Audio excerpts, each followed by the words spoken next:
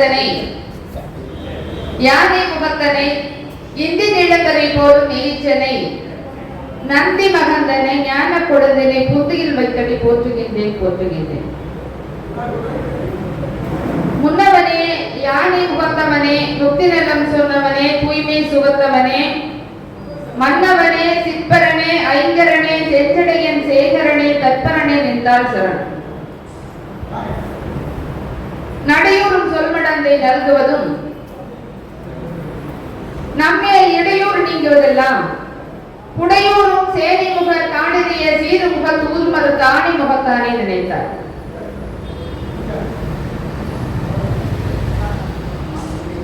உலகெல்லாம் உணர்ந்து ஓதற்கரியவன் நிலவுலாவிய நீர்மலி வேணியன் அழகில் சோதியன் அம்பலத்தாடுவான் மலர்சிலம்படி வாழ்த்தி வணங்குவோம்.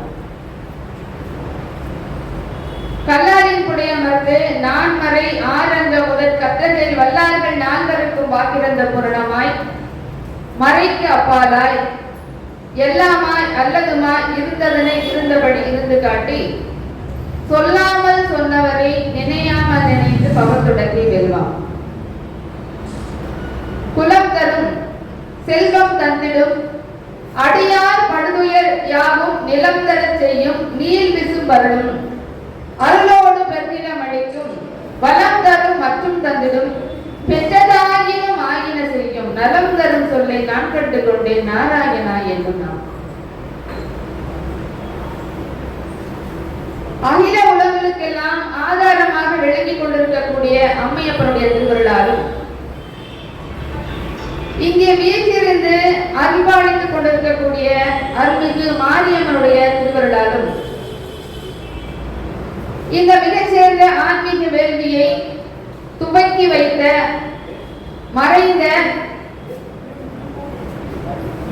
போற்றுதலுக்கும் பெருமைக்கும் உரிய நம்முடைய அருட்செல்வர் ஐயா அவர்களுக்கும் அந்த ஆன்மீக வேள்வியை தொடர்ந்து இன்றளவும் நடத்தி கொண்டிருக்கக்கூடிய மாணிக்கம் ஐயா அவர்களுக்கும் இந்த கோவிலுடைய செயல் அலுவலர் கந்தசாமி அவர்களுக்கும் இங்கே கூடியிருக்கக்கூடிய அன்பர் பெருமக்களுக்கும் இந்த மாலை நேரத்திலே எனது நன்றியையும் வணக்கத்தையும் உரித்தாக்குகிறேன். மாதங்களிலே நான் மார்கழியாக இருக்கிறேன் என்று சொன்னார் கிருஷ்ண பரமாத்மா. அப்படிப்பட்ட சிறந்த வழிபாட்டுக்குரிய மாதத்திலே முதல் 3 நாட்கள் கிருஷ்ணனையே சிந்திப்பதற்கு ஏற்ற நல்லதொரு வாய்ப்பினையும் நேரத்தினையும் ஒதுக்கி கொடுத்த நிர்வாக பெருமக்கள் அனைவரையும் மீண்டும் ஒருமுறை வணங்கி மகிழ்கிறேன். இந்த உலகத்திலே அன்றாடம் எண்ணற்ற நிகழ்வுகள் நடந்து கொண்டிருக்கின்றன. இந்த உலகம் தோன்றி 12 காலம் ஆகிவிட்டது இல்லைங்களா? முதல்ல கிரேத்தா யுகம், அதுக்கப்புறம் திரேதா யுகம், அதுக்கப்புறம் துவாபர யுகம், அதுக்கப்புறம் கலியுகம். இப்ப துவாபர யுகம், அதுக்கப்புறம் கலியுகம் இல்லைங்களா? துவாபர யுகத்தில் நடந்த கதையை பற்றி தான் நாம் சிந்திக்க இருக்கின்றோம். அப்போ அன்றாட உலகத்திலே எண்ணற்ற நிகழ்வுகள் நடந்து கொண்டிருக்கின்றன. ஆனால் அனைத்து நிகழ்வுகளுக்கும் பின்னால் ஒரு காரணம் உண்டு இல்லைங்களா? காரணம் இல்லாமல் காரியம். அதுபோல பரமாத்மாவுடைய அவதாரத்திற்கும் ஒரு காரணம் உண்டு இல்லைங்களா? பரித்ராணாய சாதுனாம் விநாசாய சதுஷ்கிருதாம் தர்ம சம்ஸ்தாபனார்த்தாய சம்பவாமி யுகே யுகே என்று சொன்னார். பரித்ராணாய சாதுனாம் என்று சொன்னால் நல்லவர்களை காக்க வேண்டும்.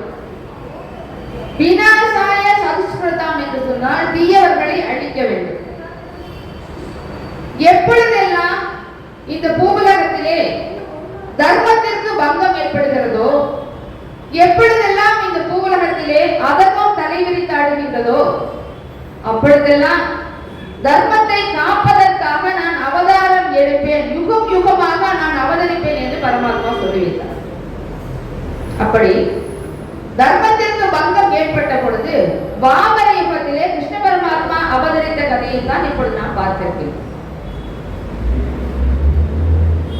நமக்கு எல்லாம் தெரியும் பகவான் 10 அவதாரங்கள் எடுத்திருக்கிறார் அப்படின்னு. இனி ஒரு அவதாரம் வந்து இனிமேல் எடுக்க போகிற, இதுவரைக்கும் 9 அவதாரங்கள் எடுத்திருக்கிறார் அப்படிங்கிறது நமக்கு கன்ஃபார்ம் ஆகுது இல்லைங்களா? முதல்ல மச்ச அவதாரம். மச்ச அவதாரம்னா நமக்கு தெரியும் மீன் இல்லைங்களா? மச்சம் என்று சொன்னா மீன். ஏன் மீன் அவதாரம் எடுக்கணும் பகவான் அப்படின்னு பார்த்தோம்னா, முதலாக இந்த உலகத்திலே தோன்றிய உயிரினங்கள் நீர்வாழ் உயிரினங்கள் தான். அதை சொல்வதற்காக மச்ச அவதாரம் எடுத்தது. முதல்ல பாத்தீங்கன்னா மச்ச அவதாரம் என்று சொல்லக்கூடிய அவதாரம், மச்சம் என்பது நீரில் மட்டும்தான் அதனால் வசிக்க முடியும் இல்லைங்களா? அதுக்கப்புறமா கூர்ம அவதாரம்.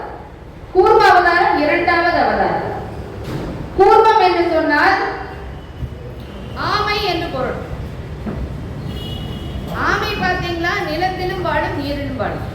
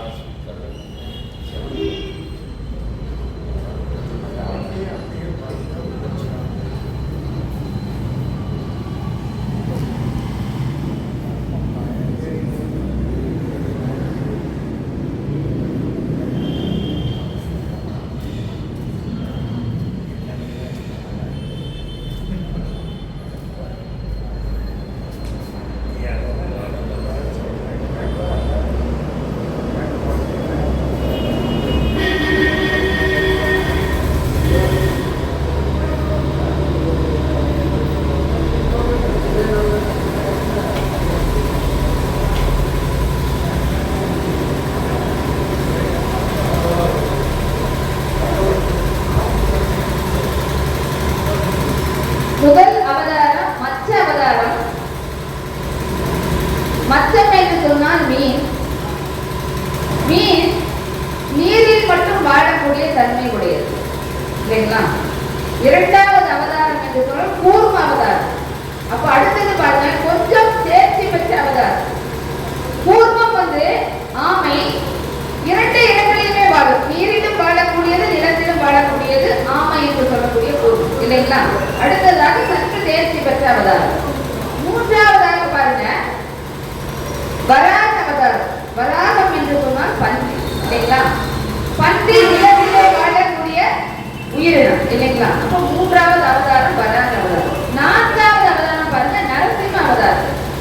நரசிம்ம அவதாரம் என்று சொன்னால் உடம்புல பாத்தீங்கன்னா பாதி மிருக உருவத்தை உடையது, பாதி பாத்தீங்கன்னா மனித உருவத்தை உடையது இல்லைங்களா? வராக அவதாரம் என்று சொன்னால் நமக்கு தெரியும் பன்றி அவதாரம். 4வதாக நரசிம்ம அவதாரம். பாதி பார்த்தோம் என்று சொன்னா சிங்கத்தை ஒத்திருக்கும், பாதி பாத்தீங்கன்னா மனிதனை ஒத்திருக்கக்கூடிய உதாரணம் இல்லைங்களா?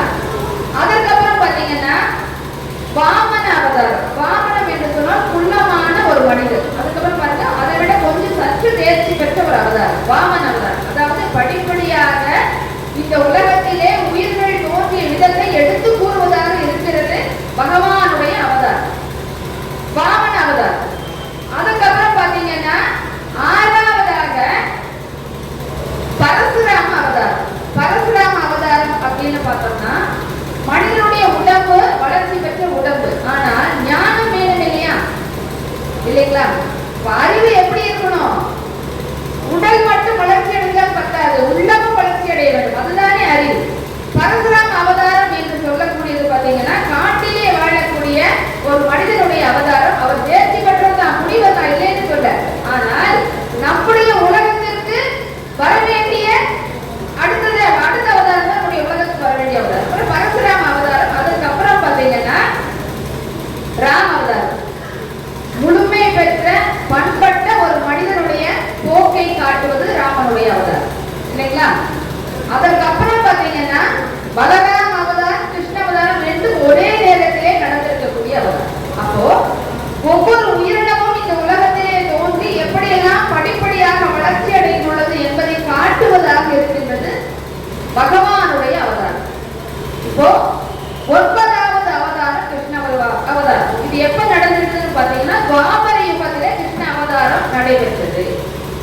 அப்ப என்னென்னவெல்லாம் நடந்துச்சு அப்படிங்கறது தான் இப்ப நம்ம பார்க்கணும்.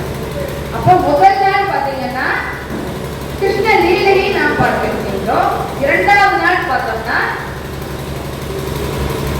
பாண்டவர்களுக்காக பகவான் தூது போனது, கிருஷ்ணன் தூதை பார்க்க இருக்கின்றோம். 3வது நாள் பார்த்தோம்னா குருட்சேத்திரத்தில் யுத்தம்.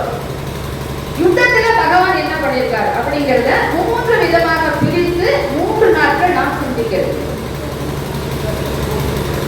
ஒரு முறை பார்த்தோம்னா இந்த பூலோகம் தேவையற்ற அரக்கர்களுடைய சேனையால் பாரம் கொண்டிருந்தது. இந்த பூமியை தாங்கிக் கொண்டிருந்தவள் பூமாதேவி, இல்லைங்களா? நமக்கு எல்லாம் தெரியும். பூமாதேவி என்ன பண்ணான்னா தாங்கவே முடியாத கஷ்டத்தால் அவதிவிட்டார். ஏன்னு கேட்டோம்னா தேவையற்ற பாரங்களை அவள் சுமந்து கொண்டிருந்தார். அவனால இந்த கஷ்டத்தை தாங்க முடியல. அதனால பூமாதேவி என்ன பண்ணான்னா நம்முடைய துன்பங்களை, துயரத்தை, வருத்தத்தை பிரம்மா கிட்ட சொல்லணும்னு சொல்லிட்டு அங்கிருந்து பிரம்மா கிட்ட சொல்வதற்காக பசுவினுடைய ரூபம் கொண்டு பிரம்மா கிட்ட போறா பூமாதேவி. அப்போ பிரம்மா கிட்ட போய் சொல்றா, பகவானே, இந்த உலகத்திலே தேவையற்ற அல்லல்கள் அன்றாடம் நடந்து கொண்டிருக்கின்றது. தேவையற்ற துன்பங்கள், தேவையற்ற போர்கள், தேவையற்ற விஷயங்கள் நடந்து கொண்டிருக்கிறது. இப்ப பார்த்தோம்னா நல்லவங்க இருந்தாங்கன்னா நல்ல விஷயங்கள் பண்ணணும், இல்லைங்களா? ஒரு இடத்துல கெட்டவங்க இருந்தாங்கன்னா என்ன விஷயத்தான் பண்ணுவாங்க? கெட்ட விஷயங்களை தான் பண்ணுவாங்க, இல்லைங்களா? அப்ப அரக்கர்களுடைய சேனை அதிகமாக இருந்த காரணத்தினால் அன்றாடம் அட்டுழியங்கள் அதிகமாக நடந்து கொண்டது. இப்ப இதை பூமாதேவி பிரம்மா கிட்ட எடுத்து சொல்றான், இந்த மாதிரி ரொம்ப கஷ்டத்துல இருக்கிறேன் நானு, அன்றாடம் தேவையற்ற அட்டுழியங்கள் இந்த பூமியிலே நடந்து கொண்டிருக்கிறது, தேவையற்ற வாரத்தை நான் சுமந்து கொண்டிருக்கிறேன், எனக்கு ஒரு விடிவு காலம் வேண்டும், என்னுடைய கஷ்டத்தை நிவர்த்தி செய்ய கொடுங்கள் அப்படின்னு சொல்லிட்டு பூமாதேவி போய் பிரம்மா கிட்ட முறையிடுகிறார். இப்ப பிரம்மா என்ன பண்றாருன்னு கேட்டா தேவர்களை எல்லாம் அழைத்தார். அழைத்துக் கொண்டு பூமாதேவி அழைத்துக் கொண்டு விஷ்ணுவை பார்ப்பதற்காக செல்கிறார். அவர் சொல்றாரு, எப்பொழுதெல்லாம் பூமிக்கு கஷ்டம்னு வருதோ, பூமிக்கு பிரச்சனைகள் ஏற்படுகிறதோ, பூமியில் வாழ்கின்ற மக்களுக்கு தொல்லை ஏற்படுகிறதோ, அப்பொழுதெல்லாம் காப்பவர் என்னுடைய தந்தையான விஷ்ணு. விஷ்ணுவிடம் பிரம்மா பார்ப்பார். விஷ்ணுவுடைய நாபி கமலத்திலே இருந்து வந்தவர் தான் பிரம்மா.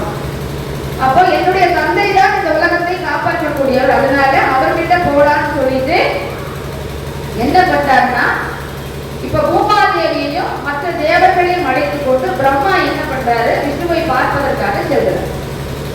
விஷ்ணு பார்த்தோம்னா பாற்கடலிலே பள்ளி கொண்டிருக்கிறார் விஷ்ணு பகவான்.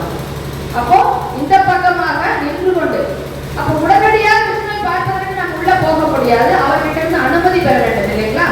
அப்ப பாற்கடலுடைய இந்த பக்கமாக, இந்த கரையின் பக்கம் நின்று கொண்டு தேவர்களும் பிரம்மாவும் பூமாதேவியும் இறைவனை புருஷ சூக்தம் என்ற மந்திரத்தை சொல்லி வழிபாடு செய்தார்கள். எப்பொழுதெல்லாம் பூமிக்கோ வேறு யாருக்கும் தேவை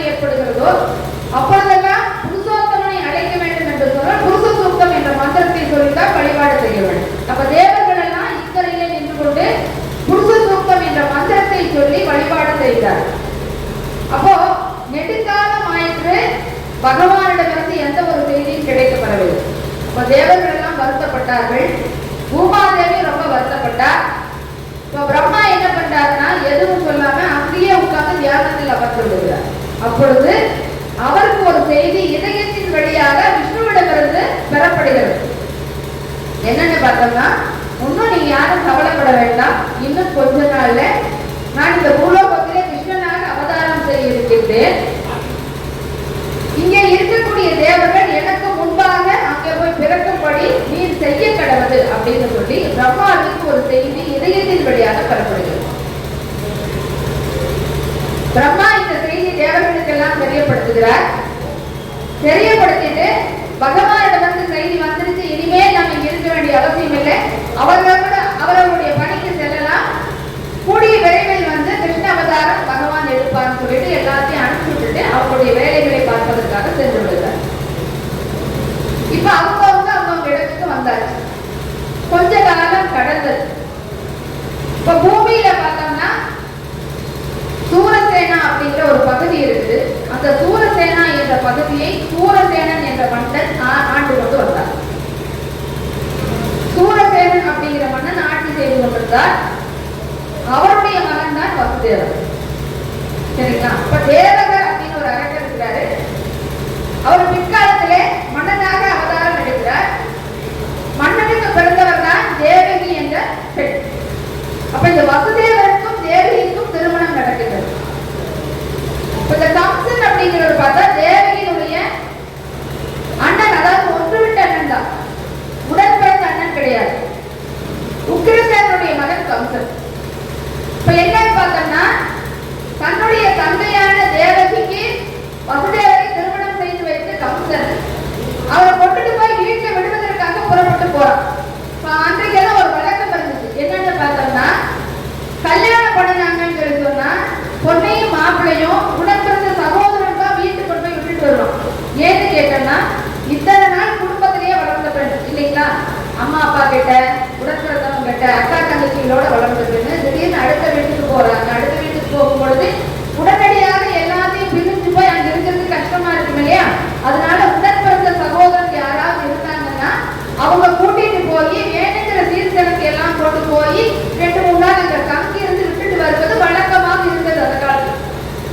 அப்ப இவர் என்ன பண்றாருன்னா, தேவையான சீர்திருத்தத்தை எல்லாம் எடுத்துக்கொண்டு அவங்க அப்பா அனுப்பி வைக்கிறாரு. கம்சன் தேரோட்டி கொண்டு செல்கிறார். தன்னுடைய தந்தையான தேவகிக்கும் வசுதேவருக்கும் கம்சன் தேரோட்டியாக சென்று கொண்டிருக்கிறான்.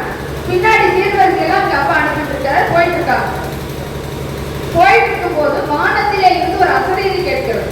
என்னன்னு பார்த்தோம்னா, முட்டாள் கம்சனே, உன்னுடைய தந்தைக்கு நீ தேரோட்டி கொண்டு செல்கிறாய், ஆனால் அவன் வயிற்றிலே பிறக்கக்கூடிய 8வது குழந்தை உனக்கு எவனாக வரும் என்பது உனக்கு தெரியுமா அப்படின்னு ஒரு அசரீதி கேட்குது.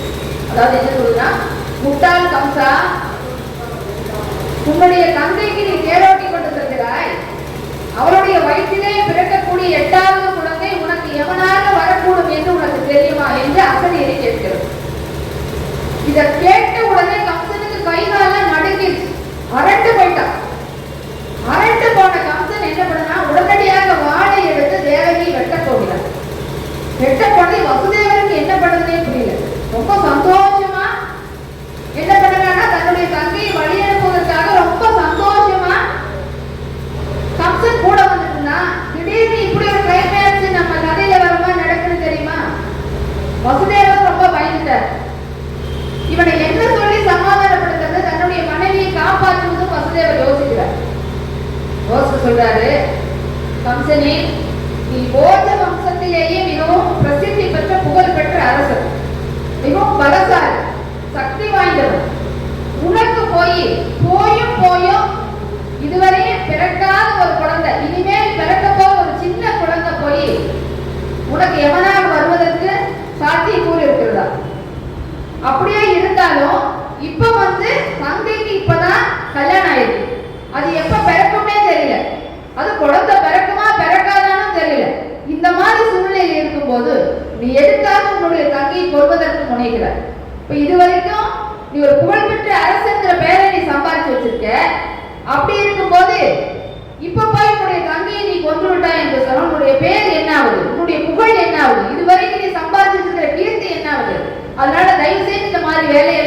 செய்யலாமா?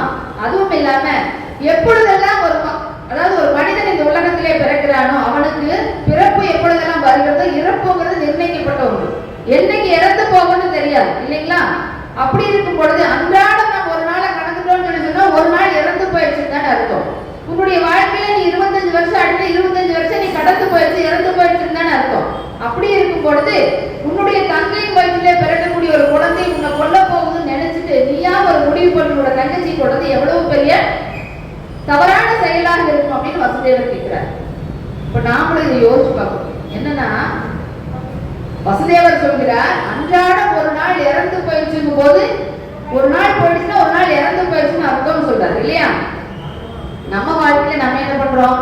பக்கத்து வீட்டுக்கார இருக்கிறாங்க, எதிர்த்த வீட்டுக்கார இருக்கிறாங்க, உறவுக்கார முறைகள் எல்லாம் இருக்காங்க. திடீர்னு யாராவது ஒரு இறந்துட்டாங்கன்னு வச்சுக்கலேன், நாம என்ன பண்றோம்? அவங்க வீட்டுல போய் உட்காந்து ஐயோ இப்படி ஆகி போச்சு, இப்படி இறந்து போயிட்டாரு, இப்பதானே நம்ம கிட்ட பேசிட்டு இருந்தாரு, 5 நிமிஷம் முன்னாடிதான் போன்ல என்கிட்ட பேசிட்டு இருந்தாரு, திடீர்னு இப்படி ஆகி போச்சு, அப்படி ஆகி போச்சு, திடீர்னு இறந்துட்டாரு, திடீர்னு ஆக்சிடென்ட் வந்துருச்சு, திடீர்னு உடம்பு சரியில்லாம ஹாஸ்பிட்டல் அட்மிட் பண்ணாங்க, இப்படி எல்லாம் நம்ம வருத்தப்படும் இல்லைங்களா? குண்டலகேசில ஒரு பாடல் சொல்கிறது, பாலையாம் தன்மை செத்தும் பாலனாம் தன்மை செத்தும் காலையாம் தன்மை செத்தும் காம்புறம் இளமை செத்தும் மீளம் இவ்வியல்பு என்னை மேல்வரும் மூப்புமாகி நாளும் தான் சாகின்றோமான நமக்கு நாம் அழாதது என்ன. இப்படி எல்லாம் போய் பக்கத்து வீட்டுல அழுகிறீங்களே, உங்களுடைய வாழ்நாள் தான் ஒவ்வொரு நாளும் செத்துட்டு இருக்குது, நீங்களும் ஒவ்வொரு நாளும் செத்துட்டு தான் இருக்கீங்க இல்லைங்களா? நேற்று அதாவது 12/12/2025 ஒரு தேதி வச்சுங்க. அந்த நாள் நமக்கு திரும்பி வருமா? அந்த நாள் நம்மளுடைய வாழ்க்கையில இறந்து போன நாள் தானே. அப்போ ஒவ்வொரு நாளும் நாமளும் இறந்து போயிட்டே தான் இருக்கிறோம். அப்ப நமக்கு நாம அழுதுக்காம நமக்கு நாம அழாம நாம என்ன பண்றோம்? பக்கத்து வீட்டுக்காரன் இறந்து போயிட்டான், எதிர்த்த வீட்டுக்காரனுக்கு என்னமோ ஆகி போச்சு, அதுக்கப்புறம் உறவின் முறையில இருக்கிறவங்களுக்கு என்னமோ ஆயிடுச்சுன்னு யோசிக்காம அவங்கதான் செத்துட்டு இருக்காங்க நாம நினைச்சு அழுகிறோமே. நாளுக்கு நாள் நாம செத்துட்டு இருக்கோங்கிறதே நம்ம புரிஞ்சுக்கிறதே இல்லையே அப்படின்னு சொல்லிட்டு ஒரு பாடல் சொல்லுது. இது ஏன்னா என்ன பண்றா பாருங்க, கம்சன் அந்த நேரத்திலே வேண்டாததை செய்யும் பொழுது வசுதேவர் எடுத்து சொல்கிறார். அப்போ அன்றாடம் நீ இறந்து கொண்டுதான் இருக்கிறாய் இல்லையா? எப்போ நீ பிறப்போடு உனக்கு நிர்ணயிக்கப்பட்டதோ இறப்புங்கிறது அன்னைக்கே வந்துருச்சு. அதை விட்டு போட்டு உன்னுடைய தங்கையை நீ கொள்வதன் மூலமாக ஏன் வீணான படியை தேடிக் கொள்கிறாய் அப்படின்னு சொல்லிட்டு வசுதேவர் சொல்கிறார். இப்ப கம்சன் என்ன யோசிக்கிறான்னா, இவர் சொல்றதும் கொஞ்சம் ஏத்துக்கிற மாதிரிதான் இருக்குது. அதனால இவர் என்ன யோசிக்கிறாரு, சரி இப்பதானே கல்யாணம் ஆயிருக்குது, இவங்க 2 பேர்த்தையும் வீட்டுல விட்டு போட்டு வந்துருவோம், குழந்தை பிறக்கும் பொழுது பார்த்துக்கலாம். வசுதேவரும் என்ன சொல்றாருன்னா சத்தியம் செய்கிறார். என்னன்னா, எப்பொழுதெல்லாம் குழந்தை பிறக்குதோ அப்பொழுதெல்லாம் கண்டிப்பா உங்களுக்கு நான் சொல்லி அனுப்புறேன், கம்சன் நீயே வந்து அந்த குழந்தைய எடுத்துப்போம், இல்லைன்னா நானே வந்து உங்ககிட்ட ஒப்படைக்கிறேன் அப்படின்னு சொல்லி அவர் சொல்றாரு. வசுதேவர் நிச்சயமாக சத்தியத்தை காப்பாற்றுவார் அப்படிங்கிற எண்ணம் அவருக்கு இருந்ததுனால சரின்னு ஒத்துக்கொண்டார். இப்ப என்ன ஆகி போச்சுன்னா, வசுதேவரும் தேவகியும் அவங்க ஊருக்கு வந்துதான் கம்சன் கொண்டு வந்து விட்டான். முதல் குழந்தை பிறக்குது, அதை வசுதேவர் எடுத்து கொண்டுட்டு வந்து கம்சன் கிட்ட கொடுக்குறாரு. அப்ப கம்சன் என்ன பண்றான்னா, அவருக்கு பார்த்தது ரொம்ப மனசு வருத்தம் ஆயிடுச்சு. அடடா இப்படி ஆயிடுச்சு, நாமளும் கொஞ்சம் யோசிச்சிருக்கலாம், சரி நம்மளோட தங்கச்சியோட குழந்தை தானே வச்சுட்டு போறான்னு சொல்லி சொல்றாங்க. ஆனா இந்த நாரதர் பாருங்க என்ன பண்றாருன்னா, நாரதருடைய கலகம் நமக்கு தெரிஞ்சதுதான் இல்லைங்களா? ஏன் இப்படி சொல்றாருன்னா, அவருக்கு கிருஷ்ணவருடைய பகவானுடைய அவதாரத்தை விரைவாக நடத்த வேண்டும் என்ற எண்ணம் அவருக்கு இருந்தது. அதனால என்ன பண்றாருன்னா, இவர் போய் கம்சன் கிட்ட சொல்லி கொடுக்குறாரு. என்னன்னு சொல்லி கொடுக்குறாருன்னா, இங்க பாருங்க, நீ முதல் குழந்தை பிறந்தது வீட்டுல வச்சுக்கோன்னு சொல்லிட்ட, அங்கேயே வளர்ந்துட்டு இருந்துச்சுன்னு சொல்லி சொன்னா, கொல்லாம நீ விட்டுட்டீங்கன்னா அது முதல் குழந்தையும் தெரியுமா, 2வது குழந்தையும் தெரியுமா, அவனுக்கு பிறந்ததுங்கிறது தெரியுமா, வேற யாராச்சும் குழந்தையும் நமக்கு தெரியுமா? அதனால நீ என்ன பண்ணு, பிறந்த குழந்தைய உடனடியாக கொண்டு விடு, அப்பதானே நீ நிம்மதியா இருக்க முடியும்னு நாரதர் வந்து கம்சனுக்கு சொல்லி கொடுக்குறாரு. இப்படியாக 6 குழந்தைகளும் கொல்லப்பட்டது. அவங்க 2 பேரையும் ஜெயில போட்டாச்சு, 6 குழந்தைகளை கொண்டாச்சு. 7வதான ஒரு குழந்தை இப்ப தேவகியுடைய வயிற்றிலே கருவாகி விட்டது. பகவான் வந்து என்ன சொல்றாரு, மாயை அடைக்கிறார். யோக மாயை பகவானுடைய தங்கை, அதாவது பகவானுடைய மாய சக்திகளை எல்லாம் வெளியில் எடுத்து ஒரு உருவகமாக பகவான் தயார் பண்ணார். அதுக்கு பேர் தான் யோகமாய். யோகமாய் அழைத்து சொல்றாரு, இப்போ தேவகியுடைய வயிற்றிலே கருவாக இருக்கக்கூடிய குழந்தையை கொண்டு போய் ஆயர்பாடியிலே ரோகிணி யாருன்னு கேட்ட வசுதேவருடைய இன்னொரு மனைவி. இப்ப கம்சன் பயங்கர கொடுமைப்படுத்திட்டு இருந்ததுனால இங்க இருக்கக்கூடிய மக்கள் எல்லாம் இடம்பெயர்ந்து ஆயர்பாடிக்கு போயிட்டாங்க. இப்ப ஆயர்பாடியில இருக்கக்கூடிய ரோகிணியுடைய வயிற்றிலே நீ வைத்து விடு, அதுக்கப்புறம் பாத்தீங்கன்னா 8ஆவதாக ஒரு குழந்தை பிறக்கும். யாருக்கு? தேவகிக்கு பிறக்கும். தேவகியோட வயிற்றிலே நான் முழு பிரபாகத்தோடு அவதரிப்பேன். அந்த குழந்தை என்ன பண்ண? வசுதேவர் மூலமாக அங்கேயே கொண்டு போய் மாற்றி வச்சுட்டு நீ என்ன பண்ணு, யசோதை கிட்ட இருந்து பிறந்து அதை எடுத்துட்டு வந்து இங்க வச்சிருவாங்கன்னு சொல்லிட்டு பகவான் கட்டளை இருக்கிறார். அதன்படி என்ன ஆகுது பாருங்க, இப்போ கருவையெல்லாம் மாத்தியாச்சு. 7ஆவது குழந்தை பலராமனாக ரோகிணியோட வயிற்றுக்குள்ள போயாச்சு. 8ஆவது குழந்தையாக பகவான் பிறந்துட்டார். பிறந்த உடனே குழந்தை எப்படி இருக்குது பாருங்க, 4 திருக்கரங்களோட பகவான் அவதாரம் செய்கிறார். ஒரு கரத்திலே சங்கு சக்கரம், இன்னொரு கரத்திலே தாமரை, இன்னொரு கரத்திலே புல்லாங்குழலுடைய 4 வஸ்துக்களோட பகவான் அவதாரம் பண்றார். அவதாரம் பண்ணின உடனே வசுதேவர் பார்க்கிறார், அவ்வளவு தேஜோமயமாக இருக்குது அந்த குழந்தை, அவ்வளவு அழகா இருக்கு.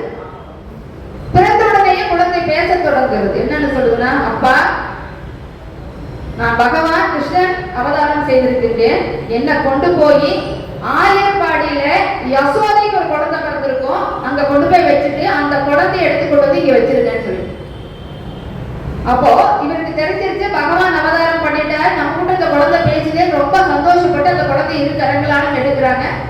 தேவகிக்கும் வசுதேவருக்கும் அருமையான பகவானுடைய தரிசனம் கிடைச்சது.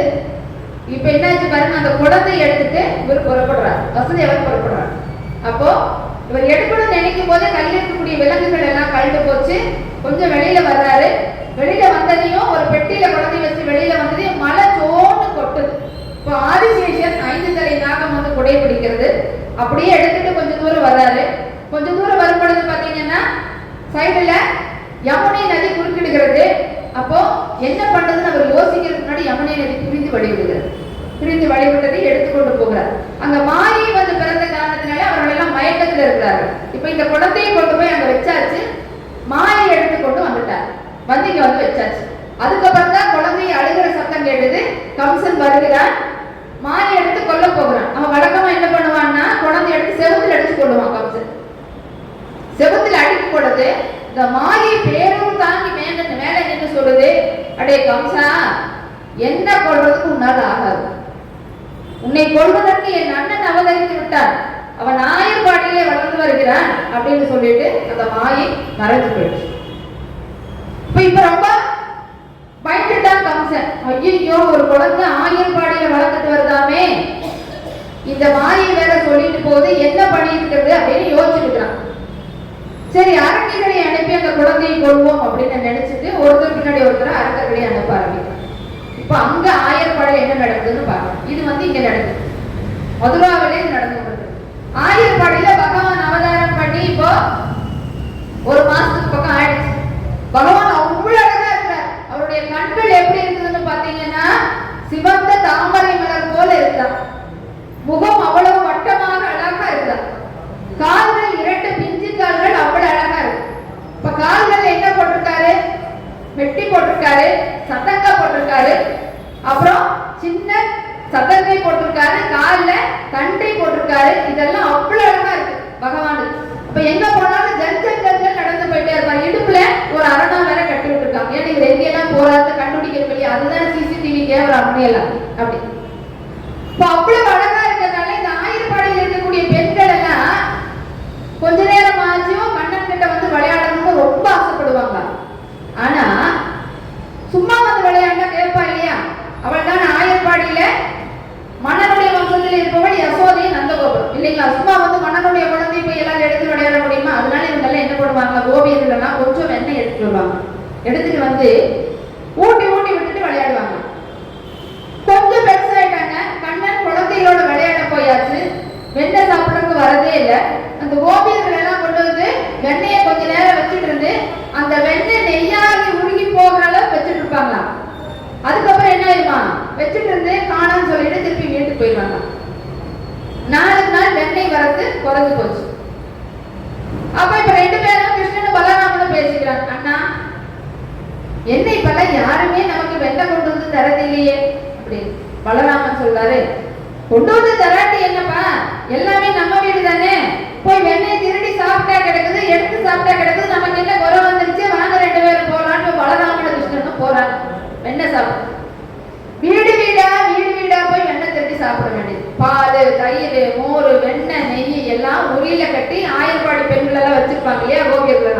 போய் எல்லாம் எடுத்து சாப்பிட வேண்டியது, சாப்பிட்டு ஆள் அரவமே இல்லாம வந்துட வேண்டியது. இப்படியே ரொம்ப நாள் நடந்துட்டு இந்த பெண்கள் எல்லாம் யோசிக்கிறாங்க, எப்ப நாம இப்பதானே வீட்டுல வெண்ணெய் தயிர் நெய்யெல்லாம் வச்சுட்டு போனோமே, எல்லாம் என்ன வந்து சாப்பிடுறதே தெரியலையே, பூனை தின்னுதா, எலி தின்னுதா, பிசாசு தின்னுதா, பேய் தின்னுதா, ஒண்ணுமே தெரியலையே, வந்த அரவம் கொஞ்சம் கூட தெரியலையே, யார் வந்து சாப்பிட்டு போனாங்கன்னே தெரியலையேன்னு அவங்க எல்லாம் யோசிக்கிறோம். இப்படியே கொஞ்ச நாள் போச்சு. ஒரு நாள் பார்த்தா ஒரு கோபி கையங்காலாமா பகவானை குடிச்சுட்டாங்க. டேய் கண்ணா, இத்தனை நாளா நாங்க வச்சிருக்கிற வெண்ணெய் நெய்யெல்லாம் எப்படி காணாம போகுதுன்னு நாங்க யோசிச்சுட்டு இருந்தா, நீதான் இத்தனை நாளா எடுத்து சாப்பிட்டு இருக்கிறியா, வா உங்க அம்மா கிட்ட போய் சொல்றப்பா திருட்டு பயல அப்படின்னு சொல்லி போட்டு கையை பிடிச்சி தரன்னு எழுதிட்டு வர. பகவானுக்கு என்ன பண்ணதுன்னு தெரியல, ஒரே பாய்ச்ச அவங்க அம்மாட்ட வந்துட்டார். அம்மா எனக்கு பசிக்குதுமா. எப்பவுமே அம்மாக்களுக்கு ஒரு பழக்கம் உண்டு, என்னன்னு தெரியுங்களா, குழந்தை என்னதான் சுட்டித்தனம் பண்ணுச்சுனாலும் பசிக்குதுன்னு சொல்லி சொன்னா எல்லாத்தையும் அம்மா மறந்துடுவாங்க. அவங்க தானே உண்மையான தாய் இல்லையா? பகவான் வந்து சொல்றாரு, அம்மா எனக்கு பசிக்குதுமா. உடனே யசோதை என்ன பண்றா, சாப்பிடுறதுக்கு எல்லாம் எடுத்து வரக்காண்டி உள்ள போறான். ஏற்கனவே இந்த கோபி புடிச்சிட்டு வந்ததுனால இத்தனை நாளா கண்ணன் தாண்டி வீட்டுல வெண்ணெய் தேடி தின்னுட்டு இருக்கிறான். நான் புடிச்சிட்டேன்னு சொல்லிட்டு வந்ததுனால எல்லா கோபியங்களும் திரண்டு வந்துடுறாங்க. இப்ப 1000 பாடியில 16,000 கோபியர்கள் இருக்கிறாங்க, 16,000 பேர் திரண்டு வந்துட்டு இருக்கிறாங்க. இப்போ யசோதை என்ன பண்றா, வெளியில எட்டி வந்து பாக்குறா. பார்க்கும் பொழுது 16,000 கோபியர்கள் வரத பார்த்து யசோதை பயந்தே போயிட்டா.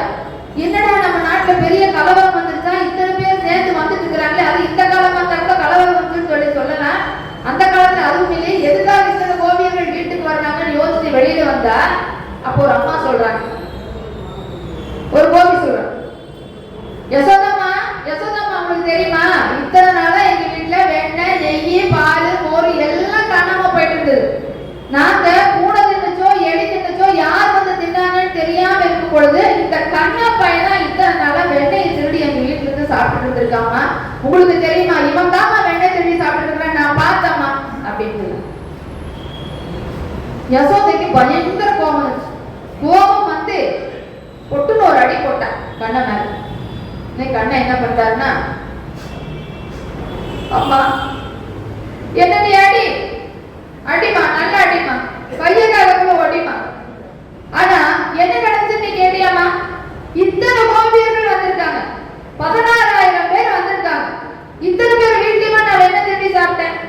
ஏமா எனக்கு இருக்கிறது கொஞ்சோண்டு வயிறு, நீ சாப்பிட போகும்போது என்னை விளையாட போகும்போது சாப்பிட வச்சுதானே நீ அனுப்புன, நான் சாப்பிட்டு தானே போனேன். இப்ப வந்ததும் பசிக்குதுன்னு கேட்டேன்னா இல்லையாமா, இத்தனை பேர் வீட்டுக்கு நான் என்ன திருடி சாப்பிட முடியுமா?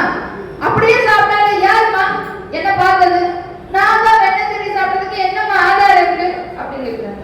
யசோதை யோசிக்கிறார், ஆமா ஏடி என் மகன் தான் வெண்ணெய் திருடி சாப்பிட்டான்னு சொல்றதுக்கு ஏதாச்சும் ஆதாரம் இருக்கா அவங்க கிட்ட அப்படின்னு கேட்கிறாங்க. அம்மா நான் தான் கண்ணால பார்த்தேன் அப்படின்னு சொல்லி சொன்னா, ஏமா அவங்கதான் சொல்றாங்க நீ யோசிக்க வேண்டாமா, உனக்கு அறிவு இல்ல, இந்த நந்தபாபனுடைய மாளிகை உன்ன நம்பிதானே இருக்குது, இத்தனை பேர் வீட்லயுமா போய் நான் வெண்ணெய் திருடி சாப்பிட்டு இருக்கிறேன், யோசிக்க வேண்டாம். ஒருத்தர் வீட்டுல காப்பிடின்னு போட்டோம்னா 16,000 பேரோட வீட்டுல 4,000 படி வெண்ணையாச்சு, 4,000 படி வெண்ணையா நான் சாப்பிட்டு இருக்கிறேன். சொல்லுமா, உனக்கு யோசிக்க வேண்டாமா, அறிவு வேண்டாமா, யார் என்ன வந்து சொல்றா நம்பிப்பியா அப்படின்னு சொன்னது யசோதை யோசிச்சு. ஆமா ஏண்டி என் மகன் தான் வந்து வெண்ணெய் திருடி சாப்பிட்டான்னு சொல்றீங்களே, என் மகனை நீ பாத்தியாடி, கண்ணால பாத்தியாடி, நீ புடிச்சியாடி, நீ பாத்தியாடி அப்படின்னு கேட்கும்போது அம்மா சொல்றேன், நான் பார்த்தேம்மா, கண்ண மாதிரிதான் தெரிஞ்சிச்சு, ஆனா கண்ணனான்னு தெரியலையே அப்படின்னா. ஓஹோ, அப்ப யாருன்னே தெரியாம என் மகன் தான் வந்து வெண்ணெய் திருடி சாப்பிட்டான்னு எல்லாரும் வந்து சொல்ல வந்துட்டீங்க அப்படிதானே, பக்கடியெல்லாம் அப்படின்னு சொல்லிட்டு இனி யாராவது வெண்ணெய் திருடினான்னு சொல்லி பார்த்தீங்கன்னா கையின் கடமா என் பையனை புடிச்சுட்டு வந்தாதான் நான் நம்புவேன். அதை விட்டுட்டு அதை தூக்கிட்டா இதை தூக்கிட்டா வீட்டுல வந்து சொல்லிட்டு நல்லா இருக்காது போகடி அப்படின்னு வந்து விரட்டி விட்டாயா சொல்.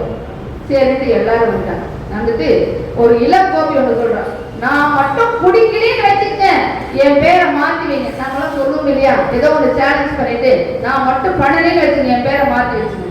அது மாதிரி அப்புறம் கோபி சொல்றான், நான் மட்டும் நாளைக்கு கண்ணுன பிடிக்கலன்னு வச்சுங்க என் பேரை மாத்தி வச்சுருங்கன்னு சொல்லிட்டு வெண்ணெய் நெய் பால் மோர் எல்லாம் சிலுப்பி உரியில வச்சுட்டு கதவுக்கு பின்னாடி ஒழுங்கிட்டு நின்றுட்டு இருக்காங்க.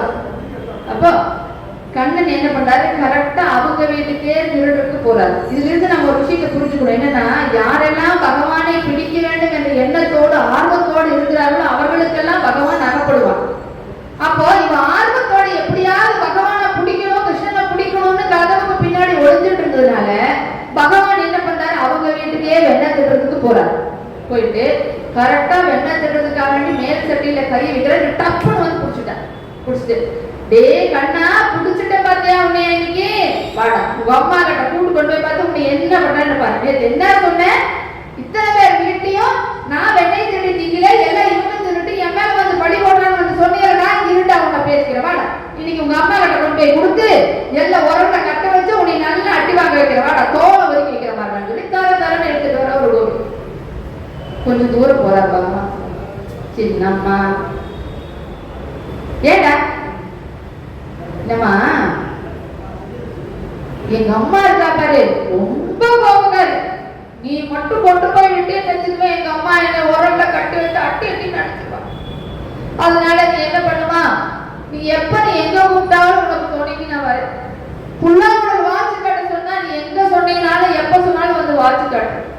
இந்த கூட்டத்திலேயே உன்னை தான் எனக்கு ரொம்ப பிடிக்குமா, இந்த கோபியல் கூட்டத்திலேயே உன்னை எனக்கு ரொம்ப பிடிக்கும். அதனால அப்படியே என்ன விட்டுருமா.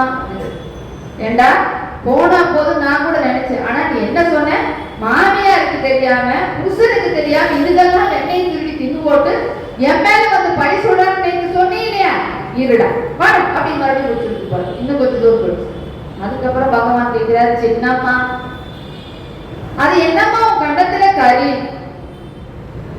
கரியா? யாராவது சொன்ன உடனே நம்ம என்ன பண்ணுவோம், தொட்டு பார்ப்போம் இல்லையா? அப்படி அவளும் தொட்டி இப்படி பாக்குறான். தொட்டி பார்க்கும் பொழுது வேகமா கறி இது வரைக்கும் ஆயிடுச்சு. உடனே கும்மிமா நான் தொடச்சு விடுறேன் பாரு, நீ தொடச்சு ரொம்ப பெருசாயிடுச்சுல, நான் தொடச்சு விடுறேன் கும்மி. அப்ப குமிஞ்சதையும் கையில் இருந்த வெண்ணெய் வாயில் இருந்த வெண்ணெயெல்லாம் எடுத்து அவ வாயில கையில அப்படின்ட்டு, அம்மா அம்மா அம்மா அம்மா அம்மா பாருமா, இவதான் வெண்ணெய் திருடி சாப்பிட்டுட்டு இருந்தா, நான் கையை கலமா புடிச்சுட்டு வந்துட்டேமா, நீ வாமா வாமா. இப்ப போட்ட சத்துல அங்க யசோதை செஞ்ச வேலையில விட்டு போட்டு ஓடி வந்துட்டா. என்னன்னு பார்த்தா, இப்ப பார்த்தா அவ கையில வாயில தான் வெண்ணெய் இருக்கு. டே கண்ணா, நீ தாண்டா என் வாயில அப்பி விட்ட, நான் என்னடா பண்ணினேன் அப்படின்னு அவ கேட்கிறா. நான் வாயில அப்படின்னா, நான் இருக்கிறது 1 அடி, நீ இருக்கிறது 5 அடி, நான் எப்படி உன் வாயில வெண்ணெய் அப்ப முடியும்? இருந்தே தெரியல அவ போய் சொல்றான்னு சொல்லிட்டு, அம்மா இவதாமா வெண்ணெய் திருடி சாப்பிட்டு தான் நான் கையும் களமா புடிச்சுட்டு வந்துட்டேன்னு சொல்லிட்டார் பகவான். அந்த காட்சி தத்ரூபம் எப்படி இருந்தா அவதான் வெண்ணெய் திருடி சாப்பிட்ட மாதிரி இருந்துச்சு. உடனே யசோதை திருப்பி பார்த்து சொல்றா, ஏமா நீ வெண்ணெய் திருடி சாப்பிட்டு போட்டு ஒண்ணுமே தெரியாது என் பையன் மேல இப்படி அபாண்டமா பழி போடுறீங்க, இது உனக்கே நல்லா இருக்காமா? ஏமா நீங்க இப்படி எல்லாம் பண்றீங்க? என் பையனை கேட்டா உங்களுக்கு எல்லாம் ஆகாதாமா? எனக்கு இருக்கிறது ஒரே பையன், கண்ணன் சொல்லி தங்கமா நான் வச்சுட்டு இருக்கிறேன். அப்படி இருந்தா உங்க கண்ணெல்லாம் பட்டு என் பையன் இப்படி விளையாட கூட போக மாட்டேன்னு யோசிச்சுட்டு இருக்காமா அப்படின்னு சொல்லி போட்டு, இனிமேல் தயவு செஞ்சு யாரு வீட்டுக்கு போகடி என்கிட்ட அப்படின்னு சொல்லி பிடிச்சி விட்டான். சரிட்டு 2வது வந்தாச்சு. 3வது ஒரு திவ்ய லீலை. கண்ணன் பண்ணதுலயே திவ்யமான லீலை என்னன்னு பார்த்தோம்னா, இன்னொரு நாள் வெண்ணெய் திருடுவதற்காக போகிறார். அப்ப நிறைய வீட்டுல வெண்ணெய் திருடியாச்சு.